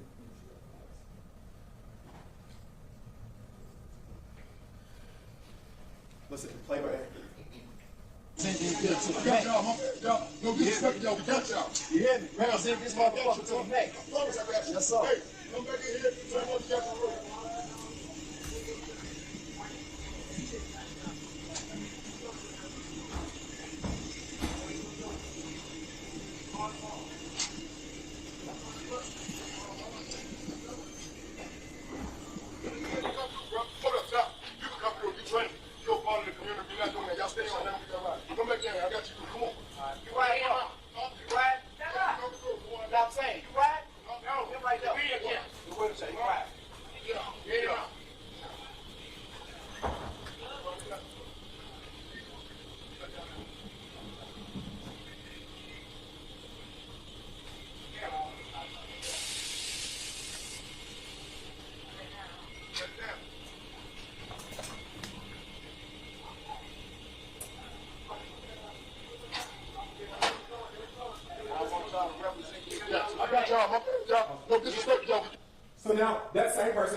white shirt that you mentioned, you can tell if he had a firearm. Can you tell better now? Yeah.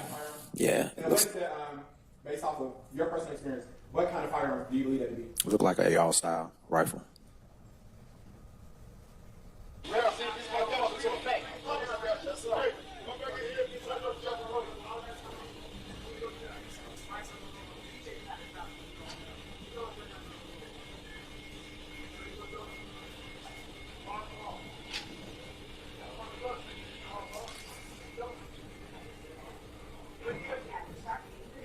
Now, which angle is this that we're looking at now? That's towards the BP, because I started to turn around, but I was halfway through it when I was stopped. So since I was given permission to go through, I'm backing up again so I can not run up on the curb, and then I'm proceeding to go through.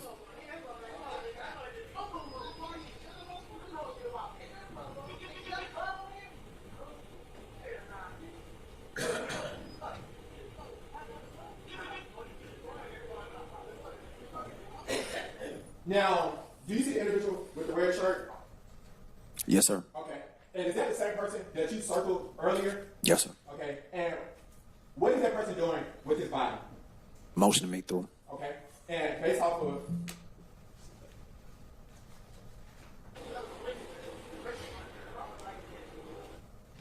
and when you say he's motioning you through, what do you mean?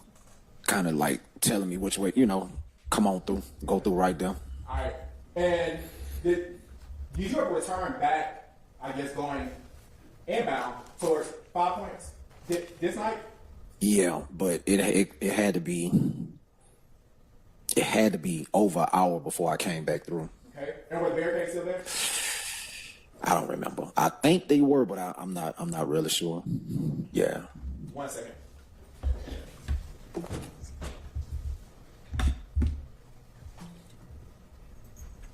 And just, can you explain to the members of the jury, since you were there this particular day, what did the environment look like? Very tense. And tell me why you used the word tense. Because it was a lot of tension because of the other situation that had happened. Okay. It just was, the intensity was thick going through there. Did you see multiple people with guns? Yeah. Long guns? Yes, sir.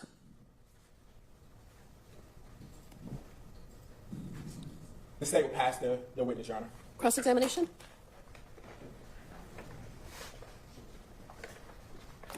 Hello, sir. Hello, ma'am. How many times would you say you went through that area that day? That is a longer route.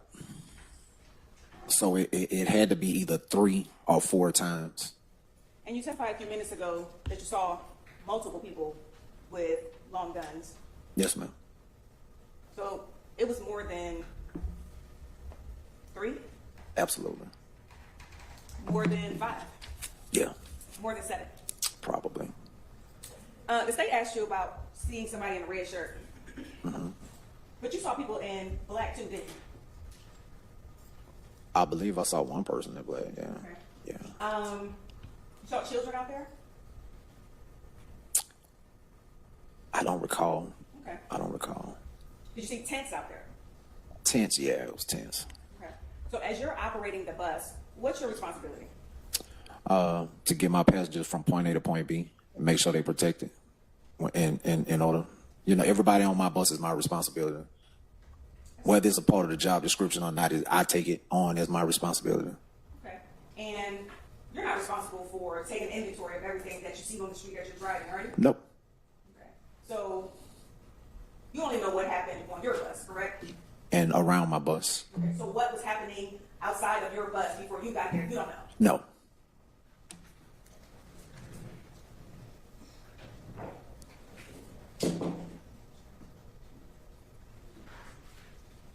And you said you went through the area 3, maybe 4 times.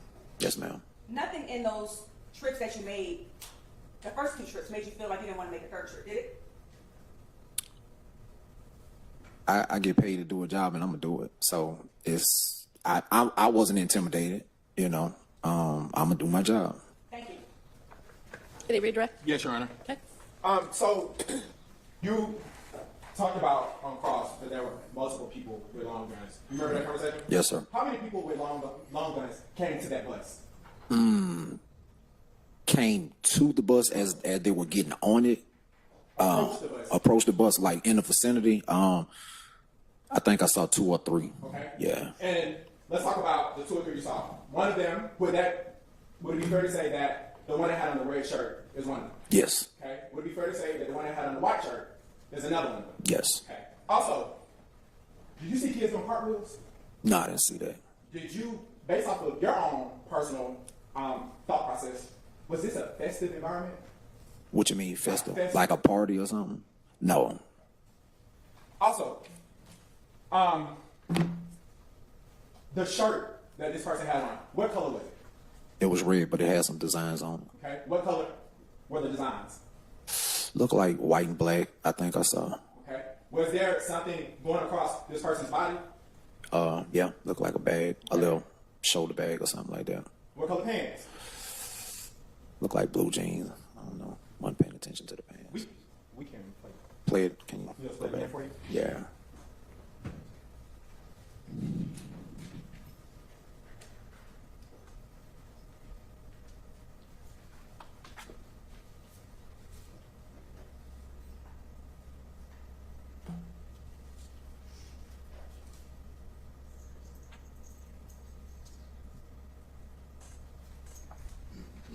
Blue jeans. What? Yeah, yeah.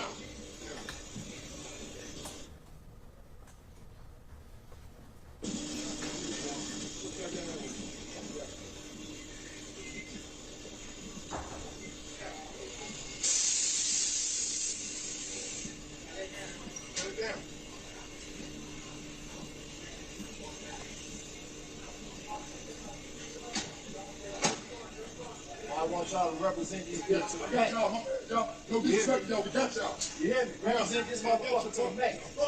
That's all. Hey, come back in here, turn up Jackson Road. So, after watching that video, do you now remember how many people came to the bus with the long gun? Looked like 2. And were those the same 2 people that you described? 1 and 2, the one in the red shirt and the one in the white shirt. Right. Nobody Yes. in all black. No. No further questions, Your Honor. Any recross? Yes, sir. Okay.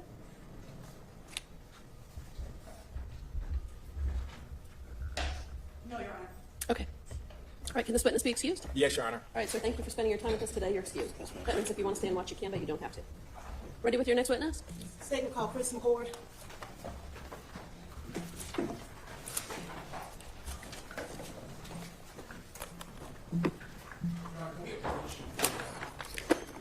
Yes, I can't see what's in front of me. Can you, the room, right? I stand still in the name of the court. Christopher McCord, CHRISTOPHER, MCCORD. Good afternoon, Mr. McCord. How are you? I'm fine. How old are you, sir? I am 47 years old. And are you, what area of town do you live in? I live in Southeast Atlanta, which is right off of University Avenue. And how long do you live in that area? 18 years. And so are you familiar with the area of University and Pryor? I am. And that's Fulton County? That is Fulton County. And do you recall the summer of 2020? I do. Can you kind of explain to ladies and gentlemen of the jury kind of what was the climate of that particular area in the summer of 2020? A lot of unrest. There was a gentleman that unfortunately had a situation with Atlanta Police Department. A lot of folks were riding in that area at the time. And is that an area that you utilized to go to and from your home? It is. During that time of unrest, were you utilizing that area to go and come? In some instances, yes. And during that time of unrest, was there any police presence in the area? Low, unfortunately. You said low? Yes. Wish we had a little bit more support. And when you say rioting, what type of rioting was going on in the area? Once again, our Wendy's was burnt down. There was also some heavy crowds that were there at that Wendy's as well, and some individuals that were also shot before in that area as well. Was that prior to or subsequent to the Wendy's being burnt down that individuals were shot in that vehicle? Prior. And was that prior to the 4th of July? It was. Do you recall how many shooters were in the area at that time? I know of at least one or two. I don't recall all of them. Did you observe anything that appeared to be, let's start with the date, June 12th of 2020? After that date, were there festivals going on in the area? No. Did you observe during that time individuals with guns in that area between June 12th of 2020 and July 4th of 2020? Yes. About how many times did you observe individuals with guns in that area? At least once or twice.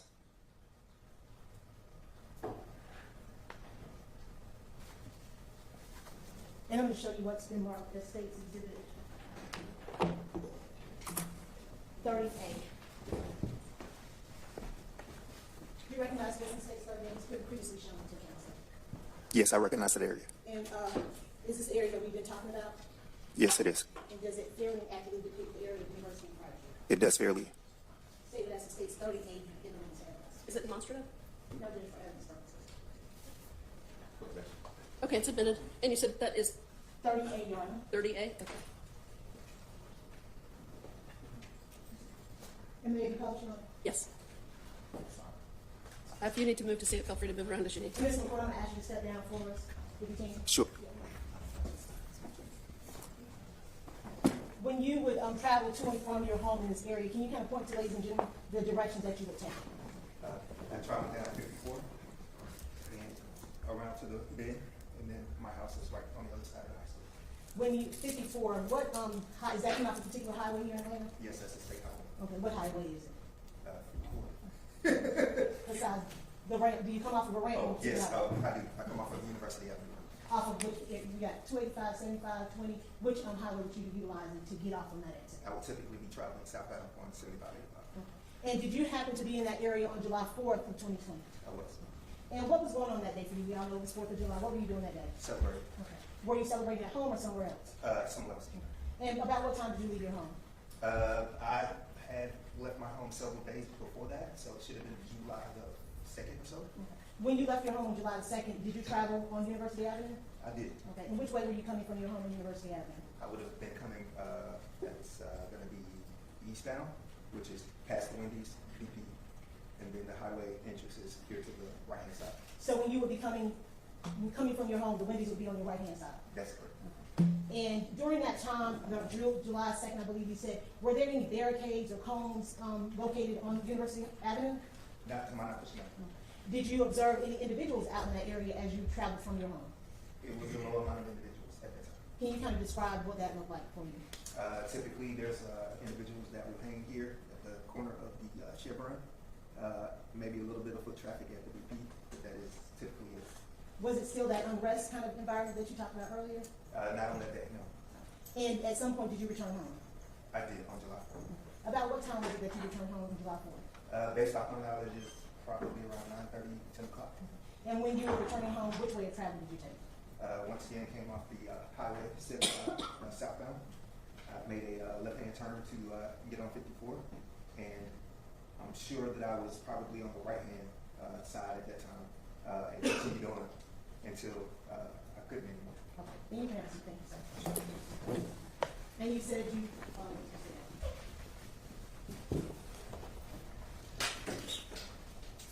you said until you couldn't anymore. Did something occur that impeded your ability to continue on to your home? Yes, there was a gentleman that stepped in front of my vehicle with a long gun. Let me ask you, Jordan, when you made that left on University Avenue, did you see any barricades or any cones at that time? I did not. Do you recall what the gentleman looked like that approached your car? It was a light-skinned black male. Light-skinned black male? Correct. Do you recall anything about the clothing at all? I do not recall anything about what he had on. And I think you indicated that he had a long gun. That's correct. Was that the only individual that you observed that had a gun? At that time, yes. And I want to, State's Exhibit 2 that's already been tendered, Your Honor, I'd ask that State's Exhibit 2 be published with just a raw video footage from the All-American Liquor Store. So that's from this morning, but you're just using the raw footage? Yes, Your Honor. Any objection? That part's been admitted. Wait, who's handling this? I will, Your Honor. He's handling that portion of the form. Okay. So my particular issue is that USB drive has a bunch of different part did they plan on playing with him? That's the issue, because this isn't separated. This is all about Out together. the portion that came from the All-American Liquor Store. Raw. Raw. The raw footage from the All-American Liquor Store. We have no objection to that. Okay. Was anyone else in the car with you as you were traveling home on the 4th of July? Yes, my wife. And what's your wife's name? Her name is Samantha McCord. Who was driving? I was. And where were y'all coming from? Once again, celebrating 4th of July. It was 5 years ago, so I'm not quite sure if I remember which type of celebration we were at. And you indicated that an individual approached you with a long gun. Did you recognize that individual at all? I did not.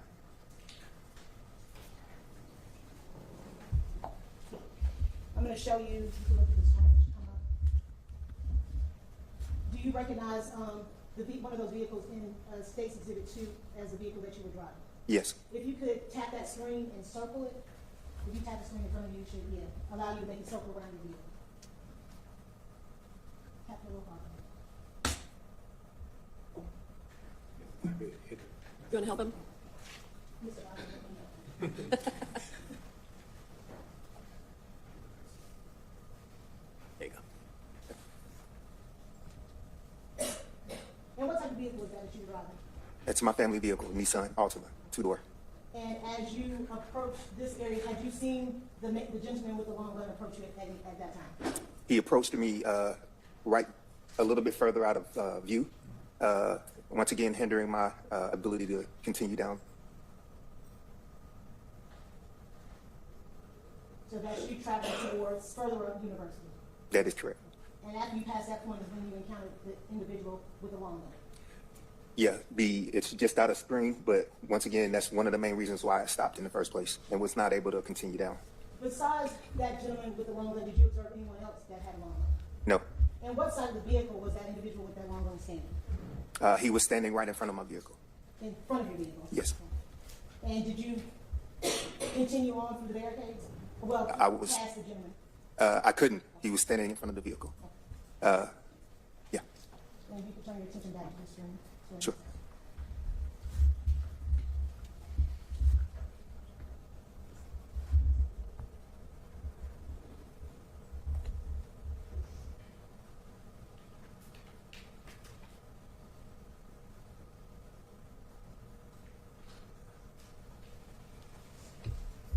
If you could double tap the screen, Mr. McCord, where that red circle is, so it'll move. Double tap.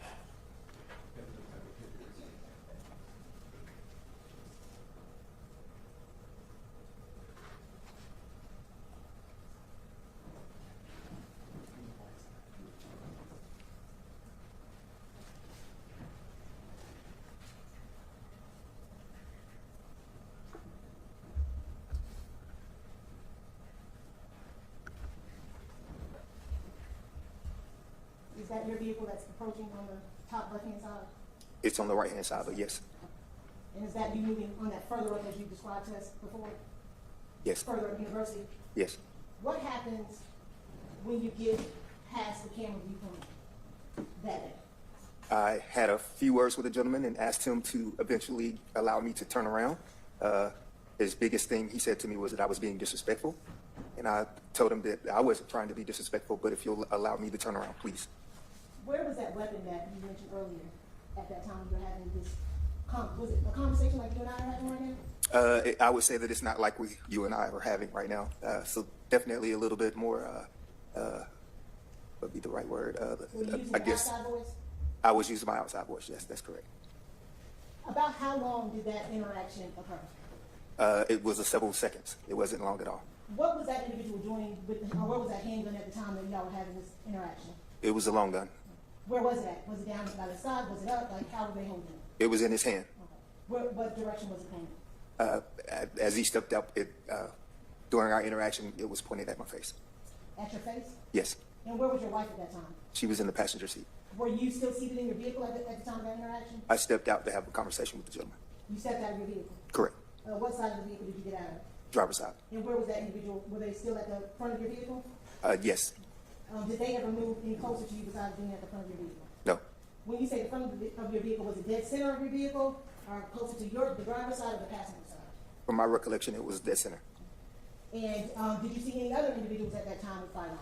No. And you said during this time, y'all were still down there, correct? We were still down where? Down, further down University. Yes, Okay. And now in states number 2, is that your vehicle coming back up? it is because I asked for the turnaround.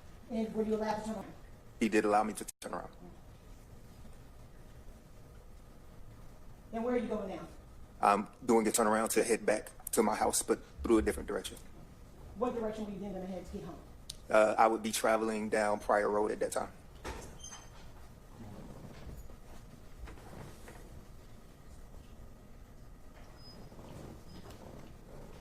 Did you stop in that parking lot, to your recollection, for any period of time? Not to my recollection. Once again, 5 years ago, I'm not quite sure.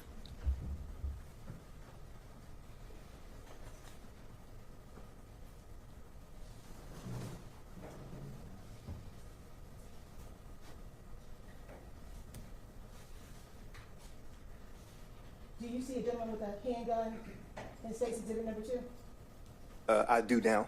That night, I did not see that gentleman. And if you could tap the screen, hopefully it works this time, and circle the individual that you see with the gun. Once again, at this time, but I wasn't aware of him being there.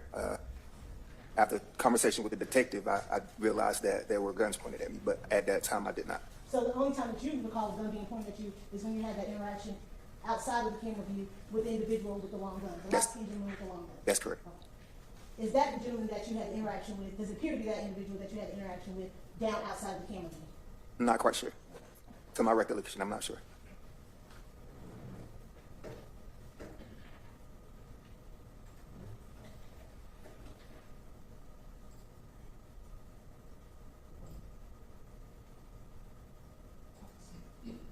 Do you see other individuals with guns at this point? I do now, but that night I did not. And could you tap the screen again and circle the next individual you see with the gun? I see this individual at this time, but not that night. And when you say that individual, can you describe what that individual appears to be wearing? I can't make it out. But it looks like blue jeans, or at least white jeans, maybe. You can pause it. Do you see any other individuals with the gun? I do now, but that night I did not. And if you can probably try to clear out those other circles and then circle that individual that you see. I see this gentleman here with the gun, and it looks as if there's one more person right to his left-hand side, or right-hand side, I'm sorry. Does that person appear to be the person that you had the interaction with outside of camera? No.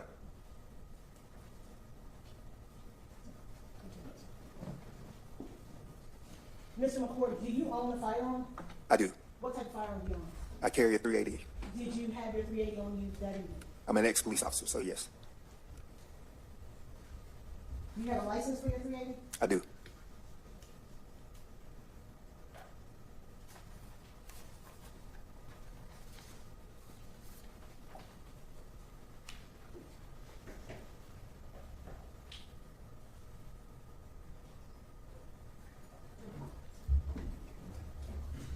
Oh, can you tap those to please? Can you pause it for a second?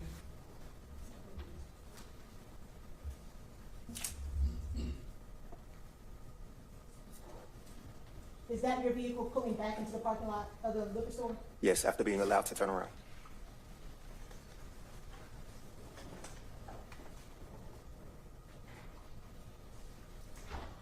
And I understand it was 5 years ago, but is that you stopping in the parking lot, although you may not recall it today?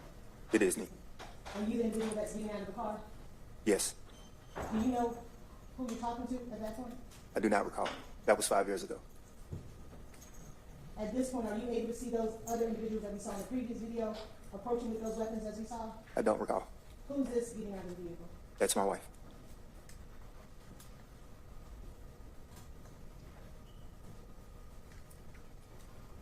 In what direction are y'all heading at this point?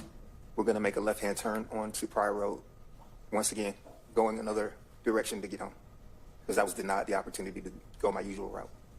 At this point, do you see individuals that's in the video going towards that same direction?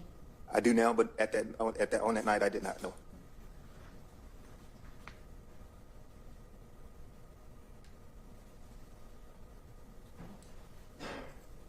Now, at this point in the video, how many people do you see pointing guns in the direction that you and your wife are traveling?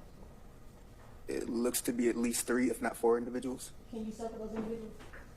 can't tell if this gentleman up at the top has a weapon, but at this time, this gentleman looks like that gentleman, and I'm not sure, but maybe this gentleman as well. Now, the gentleman at the bottom, can you please describe what he is wearing? At this time, he has on a yellow shirt and purple gym pants. I'm sorry, the gentleman with the firearm. The first one I circled is wearing all black here. And the second one? Second one has that a red shirt and blue jeans. And are you able to tell what type of weapon that is that he's pointing in your direction? At this time, it looks like a long rifle. Potentially could be a AK-47 or AR-15, potentially. Once again, can't make it out. It's kind of blurry. Do you recall that that is the individual that you encountered further up on the university that was out of view? I do not recall. That was 5 years ago. And at the top of the screen, do you see the gentleman with the white shirt on? I do see a gentleman with a white shirt on. Are you able to tell whether or not he has a weapon? It looks as if he's pointing a weapon. If you could circle for the ladies and gentlemen of the jury, if you could circle that person. I've already circled him.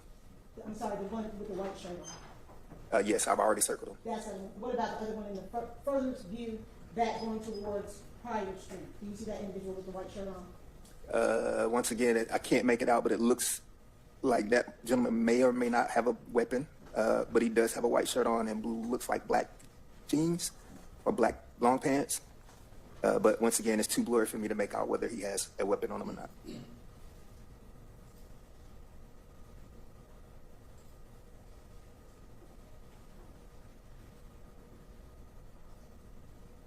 Are you able to see that gentleman that we spoke about that was at the top corner closer to Pryor now, a little bit clearer? I can't make him out, no.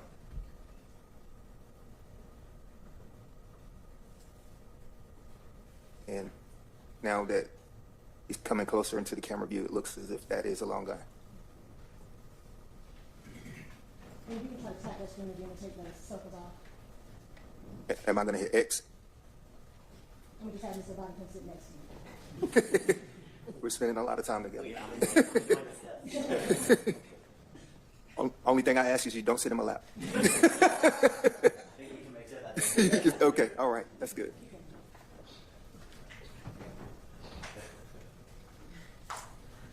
At this point, have you and your wife left that parking lot area?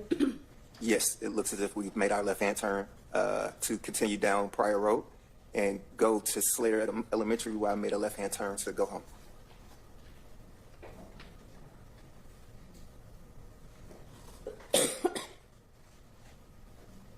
Did you make it home? I did make it home, thank goodness. Once again, unbeknownst to me, I had no idea that many weapons were pointed at us.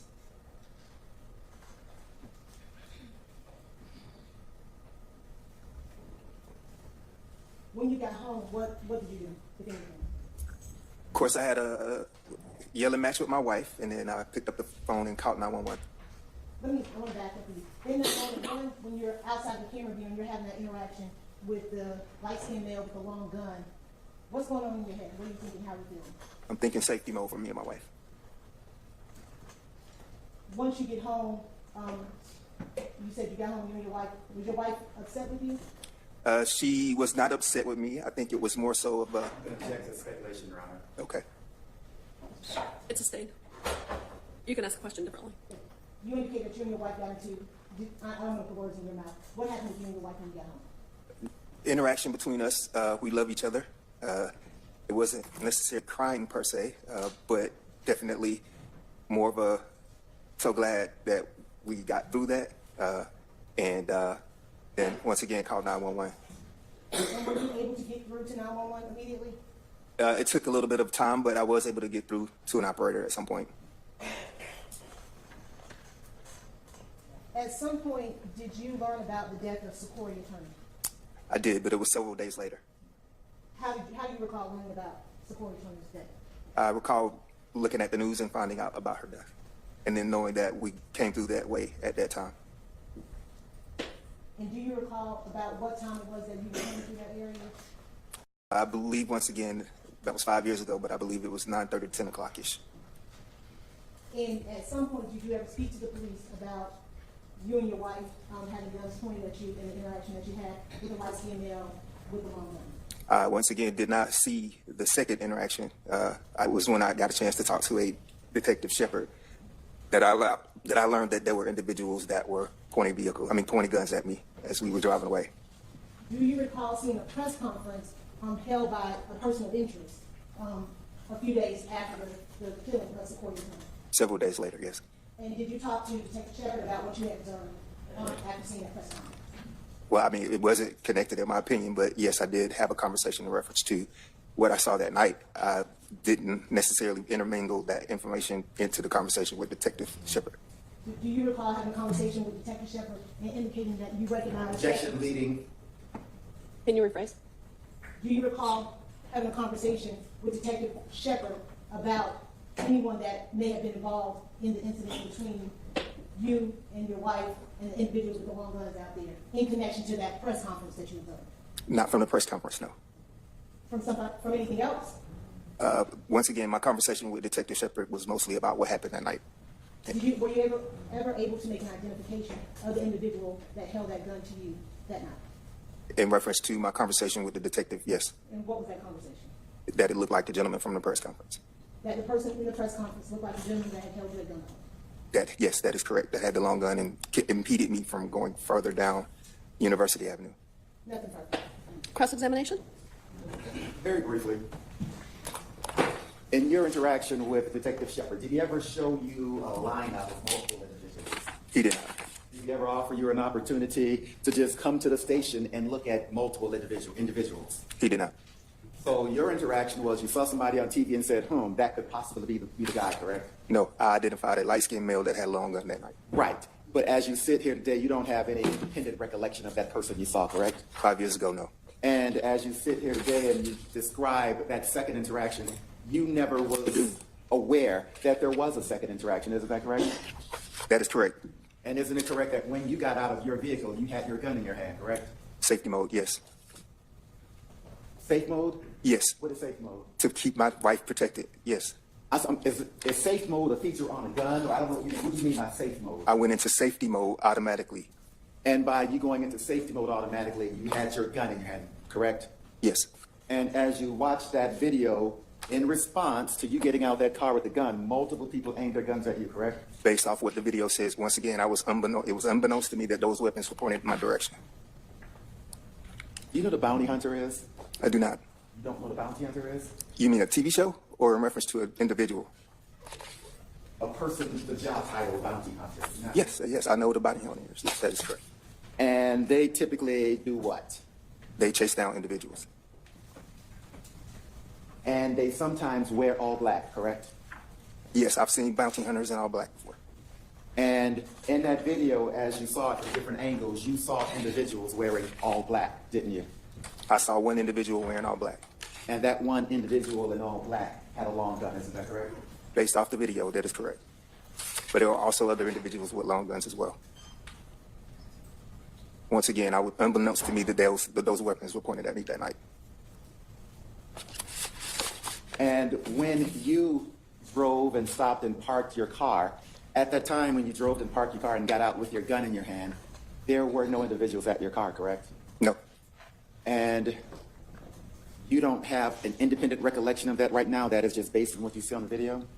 No, it's not based off what I saw in the video. So you have an independent recollection of that, correct? Once again, I was unaware that those individuals pointed weapons at me that night. And it was 5 years ago. But yes, in the video, it's, once again, so glad that we made it through that. At the time of this interaction, did you ever describe anybody wearing a red shirt? To the detective? Yes. No. Thank you, sir. I have no more questions for you. Any redirect? But in this video, you can see a gentleman with a red shirt and light jeans pointing what appears to be an AR-15 at you. That is correct. In the direction that you and your wife are tracking. Based off the video, that is correct. And it wasn't just individuals in all black that had guns that night, correct? Based off the video, that's correct. There was an individual with a white shirt on with a gun.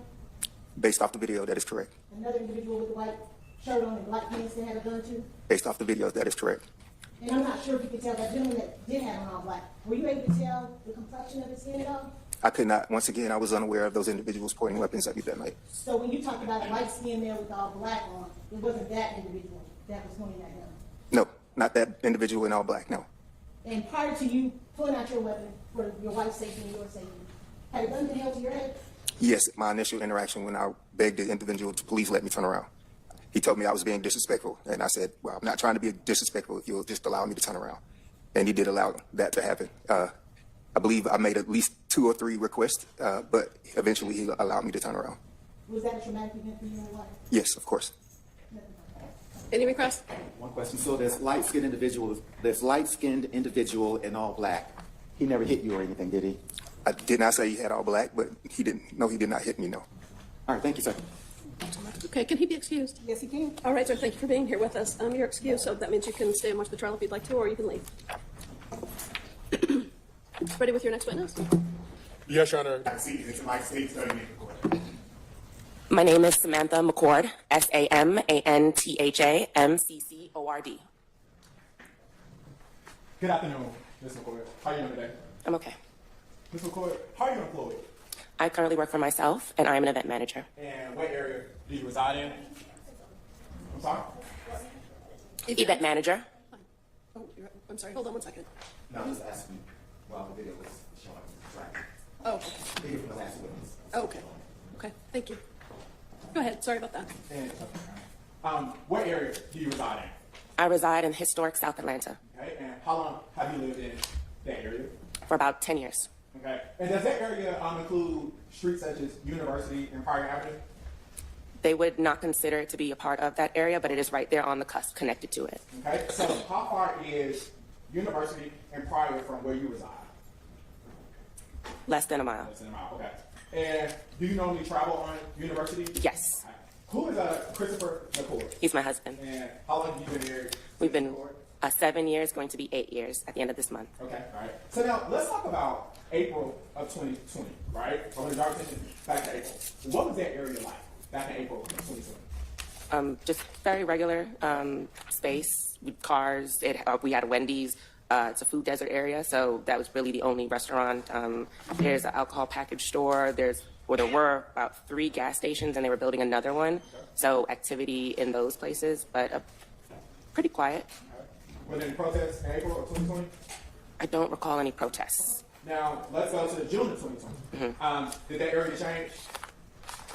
I believe that year there was more activity out in the streets, but in terms, I'm not recalling anything that's specific. Okay. Was there something that happened in the area around June 12th of 2020? I do know that at the Wendy's, there was an incident between an officer and an individual, which led to his death, and then they burned down the Wendy's. All right. And once it burned down, how did the area change? Did more people start to show up? Yes. And Yes. these people showed up based off of your perception. What was the reason for them showing up? A lot of Speculation. Based off of her perception, she's testifying from her personal knowledge. She lived in the area, she traveled in the area. So She can testify what she saw. Right. So when you traveled in the area, what did you see? there were protests right at the Wendy's area that had burned down. We avoided University for a bit. We were aware that community members were working in order to get some peace on that street because cars had to go around people and they were trying to avoid the street on a whole. But we knew from community organizers that there were protests happening. So let's talk about the times. So during the daytime, was it more or less traffic than during the nighttime? Bad question. During the daytime, was it more protesters out, or at nighttime, was it more protesters out? It seemed for a while as though it was the same, and then it became where an incident where a woman was hurt by a ricocheted bullet. There was a lot of protesting happening in the morning, just nonstop people. And then once that happened with that woman, it seemed as though it quieted down in terms of the amount of people. All right. So now let's fast forward a little bit. So let's go to July 4th of 2020. Were you still residing in this area? Yes. All right. And was this the 4th of July for you? Yes. Tell the members of the jury how you guys typically celebrate the 4th of July. Well, as an event manager, I always have an event on 4th of July, or we go to a friend's home or just another party of another colleague who's a promoter for a venue. So that's how we always celebrate the holidays. I'm usually working, and then I bring Chris along with me. Okay. And you guys buy fireworks? Yes. That's another thing that we do. Annually, we shoot off fireworks in our neighborhood. A local building owned by a nonprofit allows us sometimes to use their area in order to do so, and the community comes out from our block. All right. And what time did you guys leave home on July 4th, 2020? We left home, it was still daytime. I can't give you the exact time. I know it was light out, and we headed to the downtown area. All right. And what time did you guys return home? I know it was night. It was nighttime? Yes, I know that definitely sun was down. Sun was down. At this time, the state is going to publish State's Exhibit 2 is going to be the video from the All-American Package Store.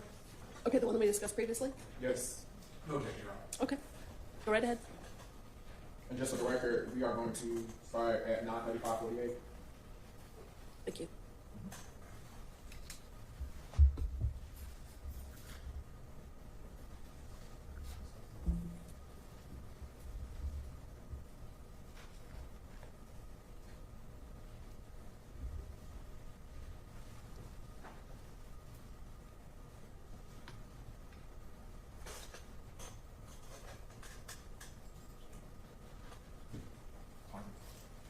Pausing at 9:36:09. Ms. McCord, do you see your car? That does look like Nisi the Nissan, yes, over there on the street. Do you see the Nissan? Yes. All right. Can you tap the screen? Can you circle your car? Hit the pencil for me. And who are you traveling with on this particular day? My husband. And do you see yourself in this particular frame? Yes. Okay. And which side of the car? I'm on the passenger side. On the passenger side. Now, I want to draw your attention to the back side of your car. Are your brake lights engaged? It appears so. And why is that? Because there are people in front of us that seem to be blocking the street. Okay. And was this like typical back in April of No, 2020? no, it was never typical. All right. So was this your first time experiencing something like this on that road? Yes, in my life. So you would agree with me that that's not the usual flow of the traffic on University? No, it is not, especially for July 4th. Thank you. We're gonna go to the next video. It's the All-American Package Store. For the record, we're gonna start at 21:37:02. Wow, that's been loaded. Erase. Tap the screen. Hit the eraser for me, and then you're on.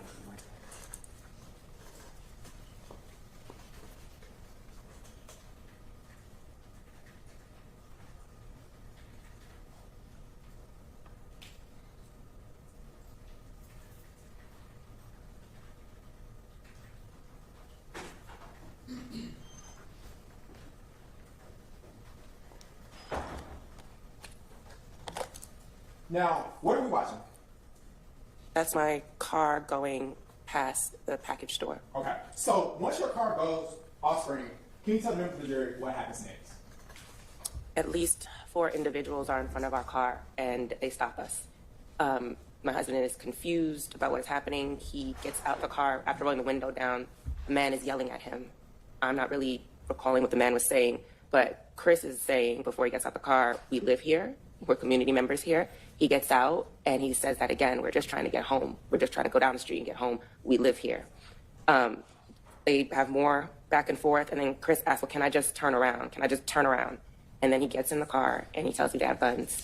And so he lets me know that we can't go forward. So he backs up and then begins to move forward to turn around in order to make the left onto Pryor Road so that we could go home. And at any point, did you see the guns pointed at your car?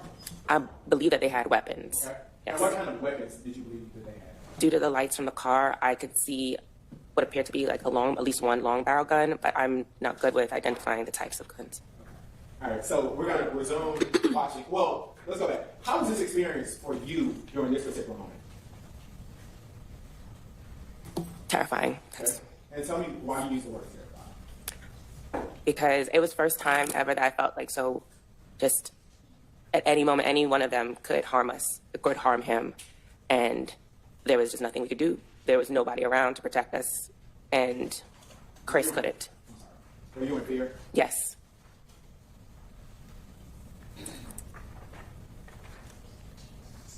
State's going to take the video to 21:39:19.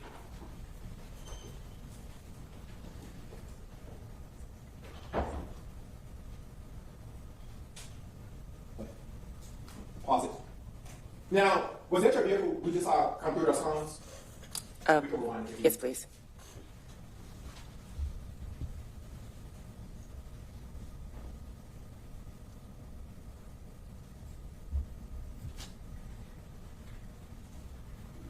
Yes, that appears to be, Nisi. Okay. And did anybody move the cones out of the way for you? To my knowledge, no. And From here, where did you guys go next? From here, we would have turned onto Pryor or into the gas station. Okay. I mean, into the alcohol package store area. We had to make that left onto Pryor. The state's gonna switch the camera and go. And we're gonna play at 9:30.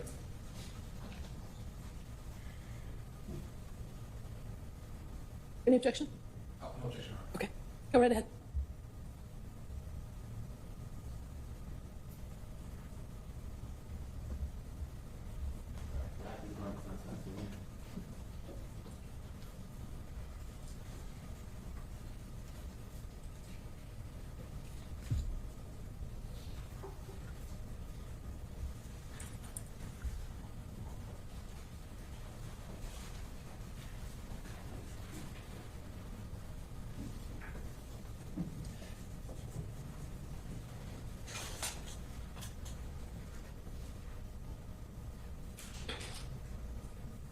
Who just got out of the vehicle? My husband, Christopher. And is he upset? Yes, Who just got out of the vehicle now? that's me. What are you wearing? I'm wearing a dress.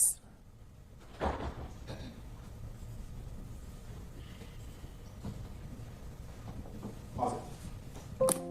Do you see an individual with a white shirt and black pants? Objection, Your Honor. Counsel is leaving. I mean, that's a direct question about whether do you see someone like that on screen? Do you see someone like that? Yes, I do. Yeah, I'll allow it. Can you circle that person for me?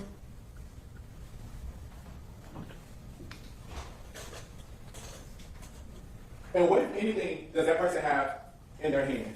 A gun. And is that gun pointed in the direction of your car? Yes, it is. You can erase that circle for me?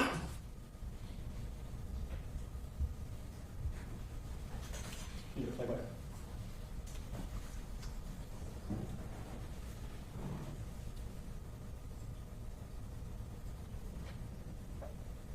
Awesome. Now, can you circle all of the individuals that you see with a, oh, I'm sorry, do you see people with guns in this photo? Yes, I do. Can you please circle all of the people you see with guns in this photo?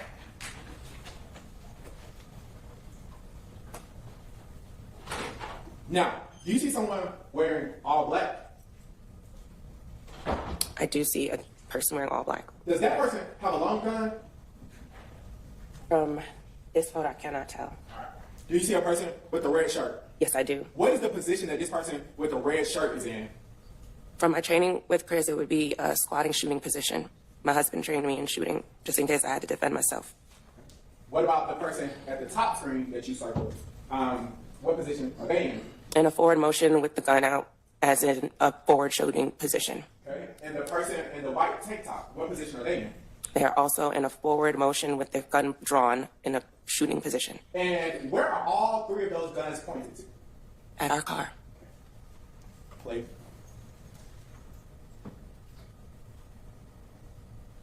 Pause it. The person in the red shirt, what direction did they just walk in?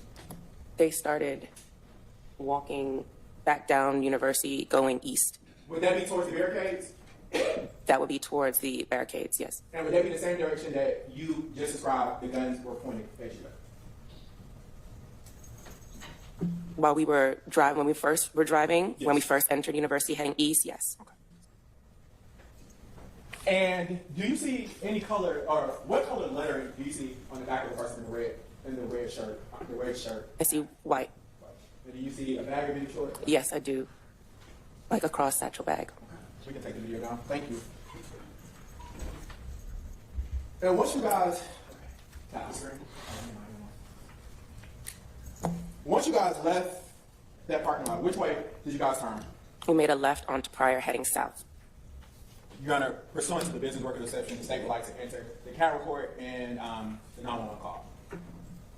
Okay. Your Honor, I believe that those items need to come in through a person who actually is familiar with the keeping of those documents. I don't think it's with. Are they certified copies? Or They are, Your Honor. Okay, so it's two things. It's certified and it's a business record. Perfect. Okay, they can be admitted then. And that's going to be, the CAD is going to be for A, and then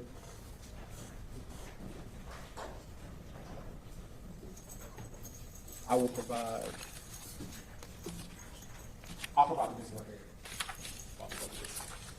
So, once you guys left, did you call 911? Yes. And why did you call 911?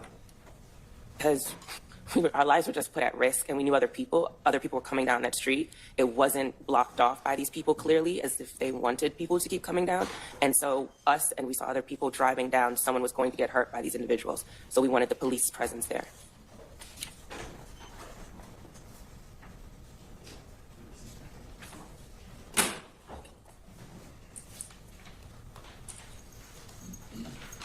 Permission to approach, Your Honor? It's granted. I'm going to show you what has been marked as State Exhibit 5. Do you recognize State Exhibit 5? Yeah. Yes. And how do you recognize State Exhibit 5? It was shown to me, and I also signed it. Yeah. And did you have an opportunity to listen to that CD in its entirety? Yes. And was that a fair and accurate recollection of the 911 call you made on that particular night? At least one of them, yes. Your Honor, State Exhibit 5. Objection? No objection, Your Honor. It's admitted. Permission to publish State Exhibit 5, Your Honor? Granted.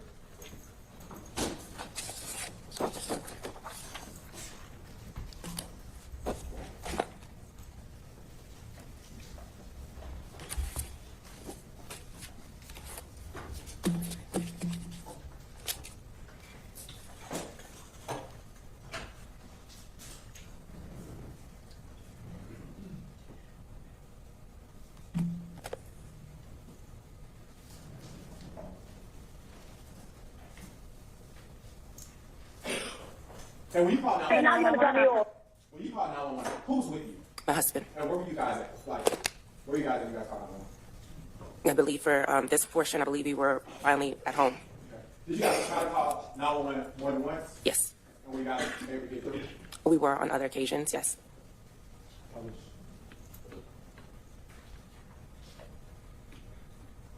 Okay, now you're gonna drop me off. Now you're gonna drop me off? What's the address of the emergency? Yeah. Atlanta 911, what's the address of the emergency? Atlanta 911 is disconnected with no response. Atlanta 911 operator 7663, what's the address of the emergency? Listen, the Wendy's on University. Someone put a shotgun in. All right, where are you going to meet us at? I don't care what I meet you, but you, the Wendy's on University. Someone put a shotgun in my face. All right. Do you recognize that voice? Yes. Whose voice is that? That's my husband's voice. I don't care what I meet you, but you need. Wendy, University Avenue, Wendy. It is the same area where we are supposed to shot. And there are gentlemen there that are trying to regulate traffic and putting shotguns and guns in people's faces. Mm-hmm. Do you want to meet with the police? He pointed it at us. He pointed it at us within our vehicle. Okay. Did you just hear yourself say that he pointed it at us?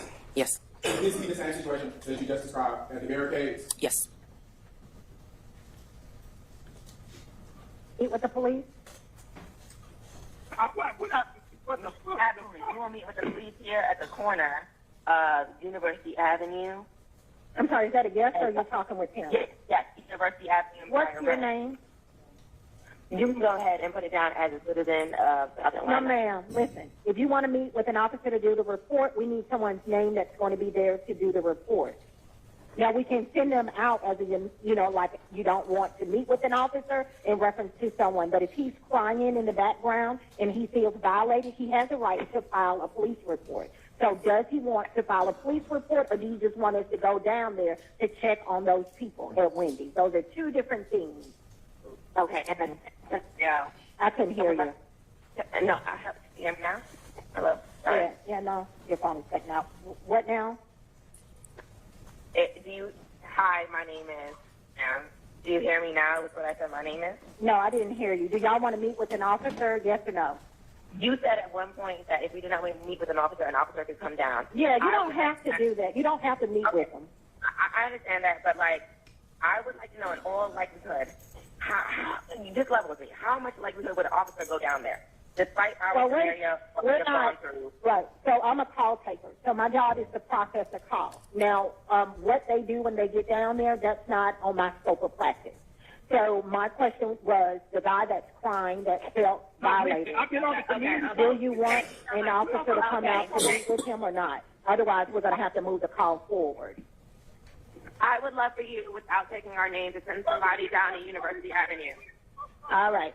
And how many is out there? Thank you so much. I would like How many is out there? Because our community members can't get through there and they're becoming agitated. All right. Please get people on University Avenue. Thank you. Bye-bye. Thank you. And let's kind of talk about that. So once you're out home, you make the 911 call. What happens next? We made several 911 calls because we wanted to check that police had actually showed up. Chris wanted to go back on the other end of University to see, since these individuals were closer towards the Pryor Road side, he wanted to go down on the McDonough side to just see if the police had shown up. It's too risky for us to do that, and so we just kept calling to get confirmation from the operator if police did actually show up, and we could not get confirmation. And once you got the ride home, what was Chris's, as you call him, what was Mr. McCoy's reaction? Scared, angry. It's his first time. He felt like he couldn't protect me. Objection, Your Honor. We just heard from a witness, and any information about how that witness felt, provided the information for this witness to attend. Your Honor, we would object to the speaking objections. Okay, it's speculative, and so I'm going to disallow that. Thank you, Your Honor. Ms. McCoy, have you been around your husband a couple for, you said what, 7 years? We've been married 7. We've been together 11 years. Okay. And have you seen him upset? I have. Have you seen him happy? Yes. Have you seen him scared? Yes. Would you know the difference between those three emotions based off of your experience with him? Absolutely, and because this has haunted us, it's also what he told me. Okay. And when you said what he told you, did he tell you that night? Objection, Your Honor. Okay, he's testified. So try to ask these questions without quoting him.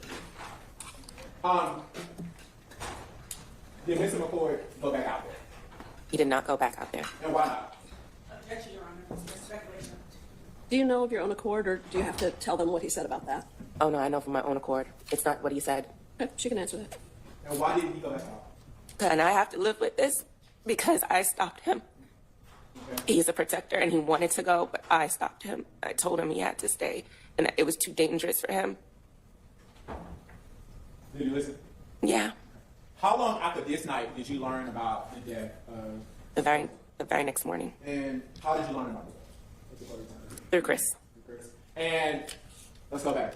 On the 4th of July, did you ever speak with an officer? No. And why did you not want to give your name on the 911 call? I was afraid that these individuals or anyone connected to them would retaliate against us. And once you learned about the death of Secoriea, what was your reaction? Or what did you do next? I felt guilt. Once again, just that reliving of it, scared, angry, wishing I had done more, wishing I allowed him to do more, but still just knowing that really there's nothing we could have done. I have no further questions for you. The defense may have some questions, but the state will pass the witness, Your Honor. Cross-examination? Yes, Your Honor. Good afternoon. Good afternoon. Few questions for you. You mentioned that you had been with your husband for 11 years. 11 years. And we saw a video that was played of you traveling with your husband. You knew your husband had a gun, didn't you? My husband does carry, yes. Okay. We saw you on the video go past the barricade. Isn't it true that you went past more than one barricade? And turning around, there was a barricade, but going forward, there was a barricade on the left-hand side of the street, not on the side that we drove down and other cars drove down. We saw a video that had some people milling about on the street. Is it safe to say that there were people that were there that night that were not shown on the video? I'm not understanding. I'm not sure if all the individuals that stopped us on the street ended up in the video. So we heard a 911 call that you made. And we also heard, you said you're not familiar with guns. You know the difference between a shotgun and a pistol? One is smaller. I'm believing that that's the biggest difference that in my mind comes to. One is smaller than the other one. Okay. You also mentioned that you were afraid when we saw the video. But you got out of your car when we saw the video in the parking lot. Yes, for my husband, absolutely. Okay. And then once you got back home, you were safe, right? We believe so until our grocery store got vandalized very close to us. But when you got home, you were inside of your house, correct? The feeling did not feel safe even inside of our own home. So was your door locked? Yes, every time. Okay. Nobody from that location followed you? Did they didn't follow you home? To my knowledge, no. Okay. Give me just 1 minute, please.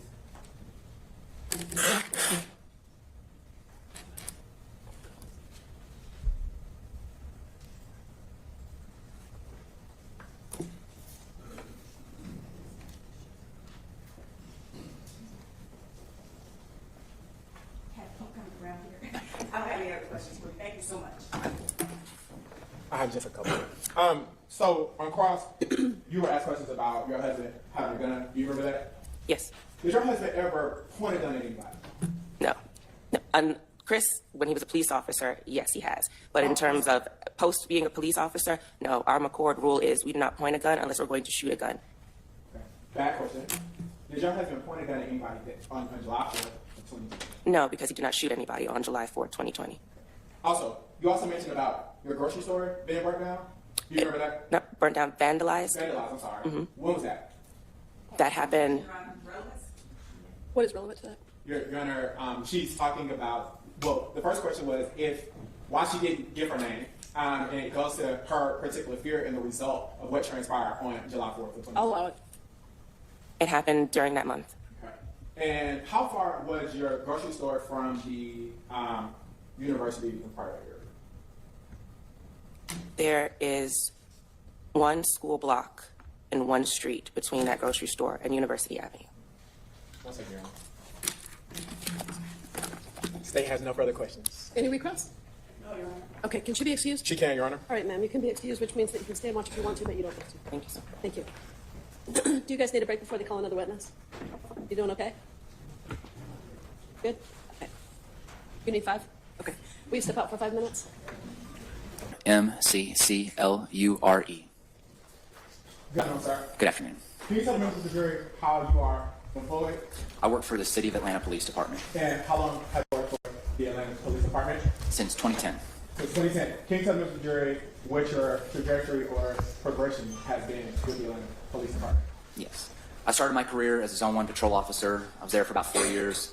I was sent to the License and Permits Unit for a few years as an officer, at the rank of officer. I tested, I made the rank of investigator. I went to the gun assault team. At the time, we handled all the non-fatal shootings that happened, anybody that was struck by a bullet but survived. In 2019, I was transferred to the homicide unit. And are you post-certified? Yeah, I'm post-certified. And can you tell the members of the jury again, what does it mean to be post-certified? The state of Georgia certifies me as a peace officer. And what powers come with being a peace officer? Being able to make arrests and write and execute search warrants and arrest warrants. Okay. So now, let me direct your attention to July 4th of 2020. Were you with the Atlanta Police Department? Yes, I was. I was in the homicide unit. All right. And did you have an opportunity to respond to 1238 Prior Road? Yes, I did. And where is it located? That's located in very close to Lakewood. It's in between Lakewood Amphitheater, Turner Field, Southeast Atlanta, Zone 3. Okay. Is that in Fulton County? Yes, it's in Fulton County. And what was the reason for your response? We were responding to investigate. At the time, I'm not sure the status of the victim, but it was a shooting that it was believed that the victim was not going to survive their injuries. Okay. And what did you know about this area prior to responding on this particular day? These were wild times back in 2020. This was when that specific area right there, there was a Wendy's restaurant on Pryor that had been burnt to the ground after an officer-involved police shooting. And folks had gone down to that area and essentially taken it over. And the police department was given very vague guidelines on how to respond to calls down there and how to enforce the law down there because the area had essentially been taken over by it becoming a time zone. And what time, if you remember, did you respond to the scene? I don't remember the specific time, but I remember it was later in the evening. All right. And can you please describe the scene once you arrived? Once I actually physically got on scene, it was there was nothing out there but other police officers. They had sent in officers that had essentially clear the area out. They had officers from all over the city respond and clear the area out, so that when I arrived, there was nothing but other police officers there. And would it be typical for them to send officers to clear out an area prior to your arrival? No, this was a completely unique situation. And what was different about this situation than other situations you had? Well, oftentimes we would try to keep as many people on scene as possible because of your ability to gather witnesses that saw what happened. But in this incident, we were entering a very hostile environment, and so that's why the other officers were sent in there first to clear it out, because there were people down there that were well armed, that were not friendly or kind to the police. And once you arrived, what steps did you take? My responsibility on scene was I did the crime scene drawing of the evidence that was found and collected. And who instructed you to draw the crime scene? I don't remember anybody necessarily instructing me. If I took it on as a voluntary assignment just to help out. Okay. Permission to approach, Your Honor? Brandon. I'm going to show you what has been marked as State's Exhibit 30B. Do you recognize State's Exhibit 30B? Yes, I do. And how do you recognize State's Exhibit 30B? This is a blown up poster board of the drawing that I did. And is this the drawing from the crime scene? Yes. And is this a fair and accurate depiction of the crime scene back on July 4th of 2020? Yes. Have there been any material alterations or deletions? No. Your Honor, at this time, State tender State's Exhibit 30B. Any objection? It's admitted. Permission to publish? Granted.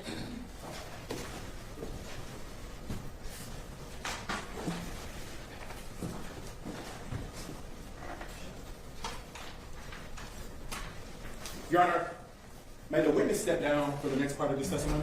Yes. And if opposing counsel needs to go to the other side, you're welcome to.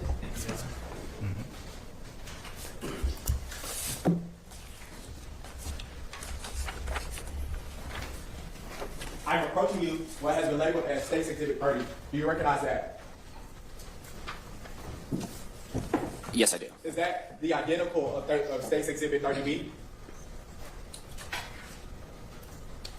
Not entirely, because this has markers to show where evidence was collected, but as far as the map, yes. And would that aid your testimony in showing the jurors where the actual markings were found?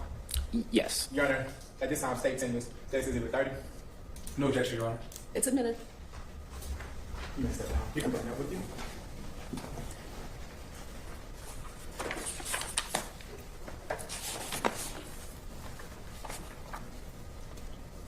So, I'm going to hand you what has been pre-labeled as, well, first of all, let's tell the jury, what did you note from the scene? Sure. So we collected, I say we, the Atlanta Police Department, collected some .223 shell casings, a couple of .223 live rounds that had not been fired, one projectile, and another smaller caliber round that was actually found on the entrance ramp from University Avenue to the connector that probably had nothing to do with the crime scene, just based off where it was, but we collected it as we were looking in the area. Okay. Now, there are some items that are listed 1 through 11. Can you tell the members of the jury what those items are? Specifically, number 1 is a .223 live round. Number 2 through number 9, no, I apologize. Number 2, 5.56 cartridge casing. Number 3 is a 5.56 cartridge casing. Number 4 is a 5.56 cartridge casing. Number 5 is a 5.56 cartridge casing. Number 6 is a 5.56 cartridge casing. Number 7 is a 5.56 cartridge casing. Number 8 is a 5.56 cartridge casing. Number 9 is a .223 cartridge casing. Number 10 is a .223 live round. Number 11 is a .38 caliber class bullet. Okay. Can you tell the members of the jury what a live round is? A round that has not been fired. Okay. So is that kind of what you get when you go to the store and you buy a bullet? Yes, a live round is a bullet that has not been fired. It's what you would purchase from the store. Okay. And can you tell the members of the jury what a casing is?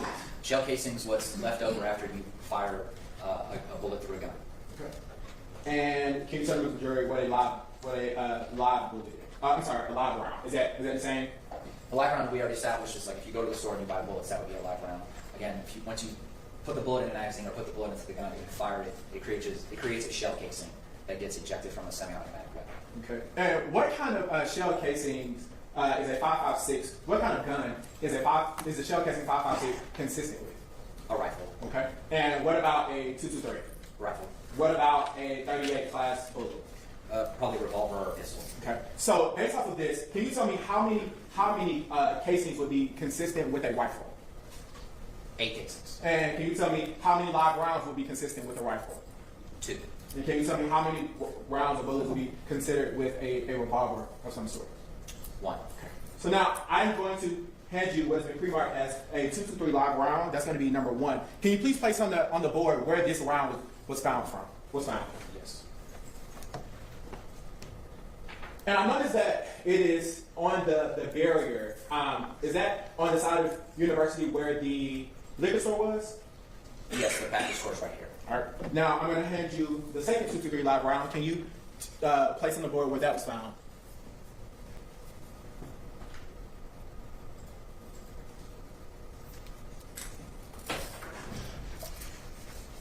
And just to confirm, because it's a live round, would you agree that that means that these rounds were never shot out of the gun? Correct. All right. Now let's go to the 223 casings. I'm going to hand you where did you find one 223 casing?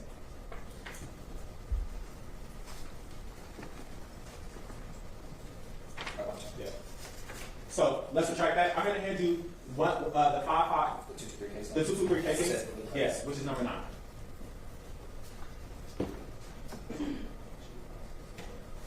I'll withdraw my statement, Your Honor.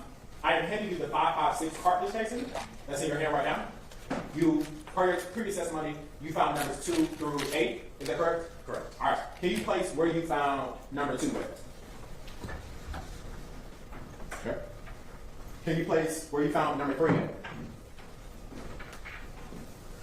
Can you place where you found number 4? Number 5. Number 6. Number 7.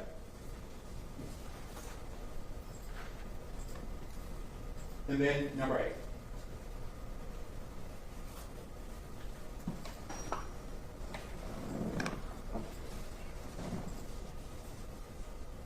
Oh, I'm sorry. One of the live rounds right here.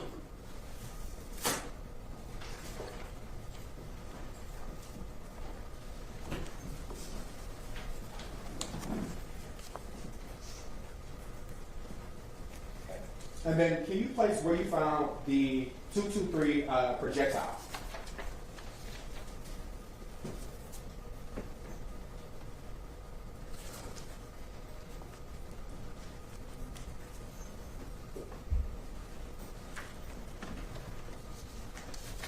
And then the 38 class book. Thank you.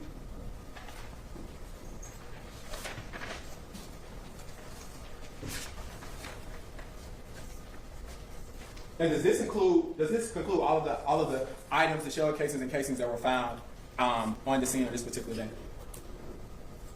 Yes. In fact, it looks like maybe on the big board, number 12, there might be a label. Number 11 should be the projectile, and number 12 should be this round that's up here. Say it again for me, sorry? Yeah, sure. So number 11 on my crime scene sketch is a projectile, which is right there. And then I have item number 12 is that 38 caliber round that's right here. Okay. So in other words, the visual reference as far as where casings and rounds are collected, this reflects my drawing. I think there may be just like a typo down here. And is this a fair and accurate depiction of where all of the shell casings, the projectiles, and the bullets were found? Yes, obviously not to scale, especially because these things are big, but yes.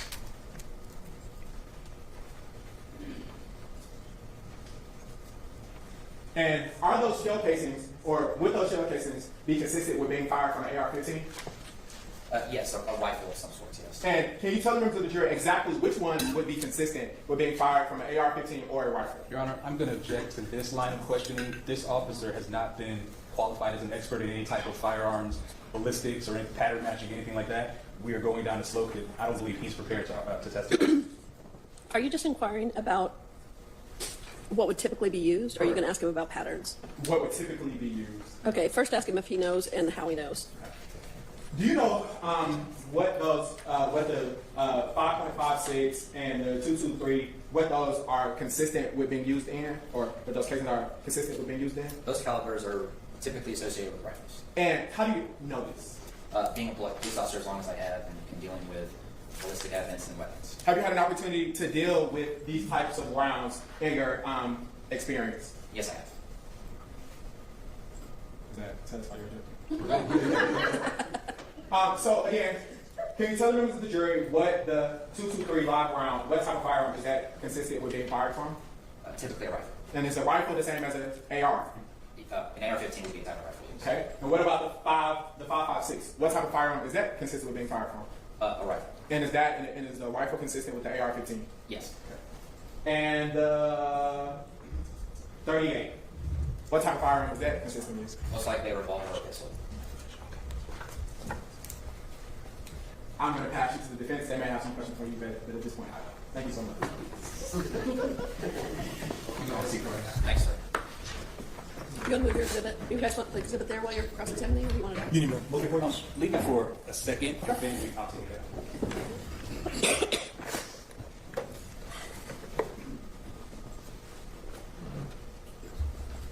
Investigator McClure, how are you doing today? Doing well, sir. How are you? It's been a minute since we've seen each other. A couple years. Yes, sir. So, are you able to see the board from here, or do you need to go?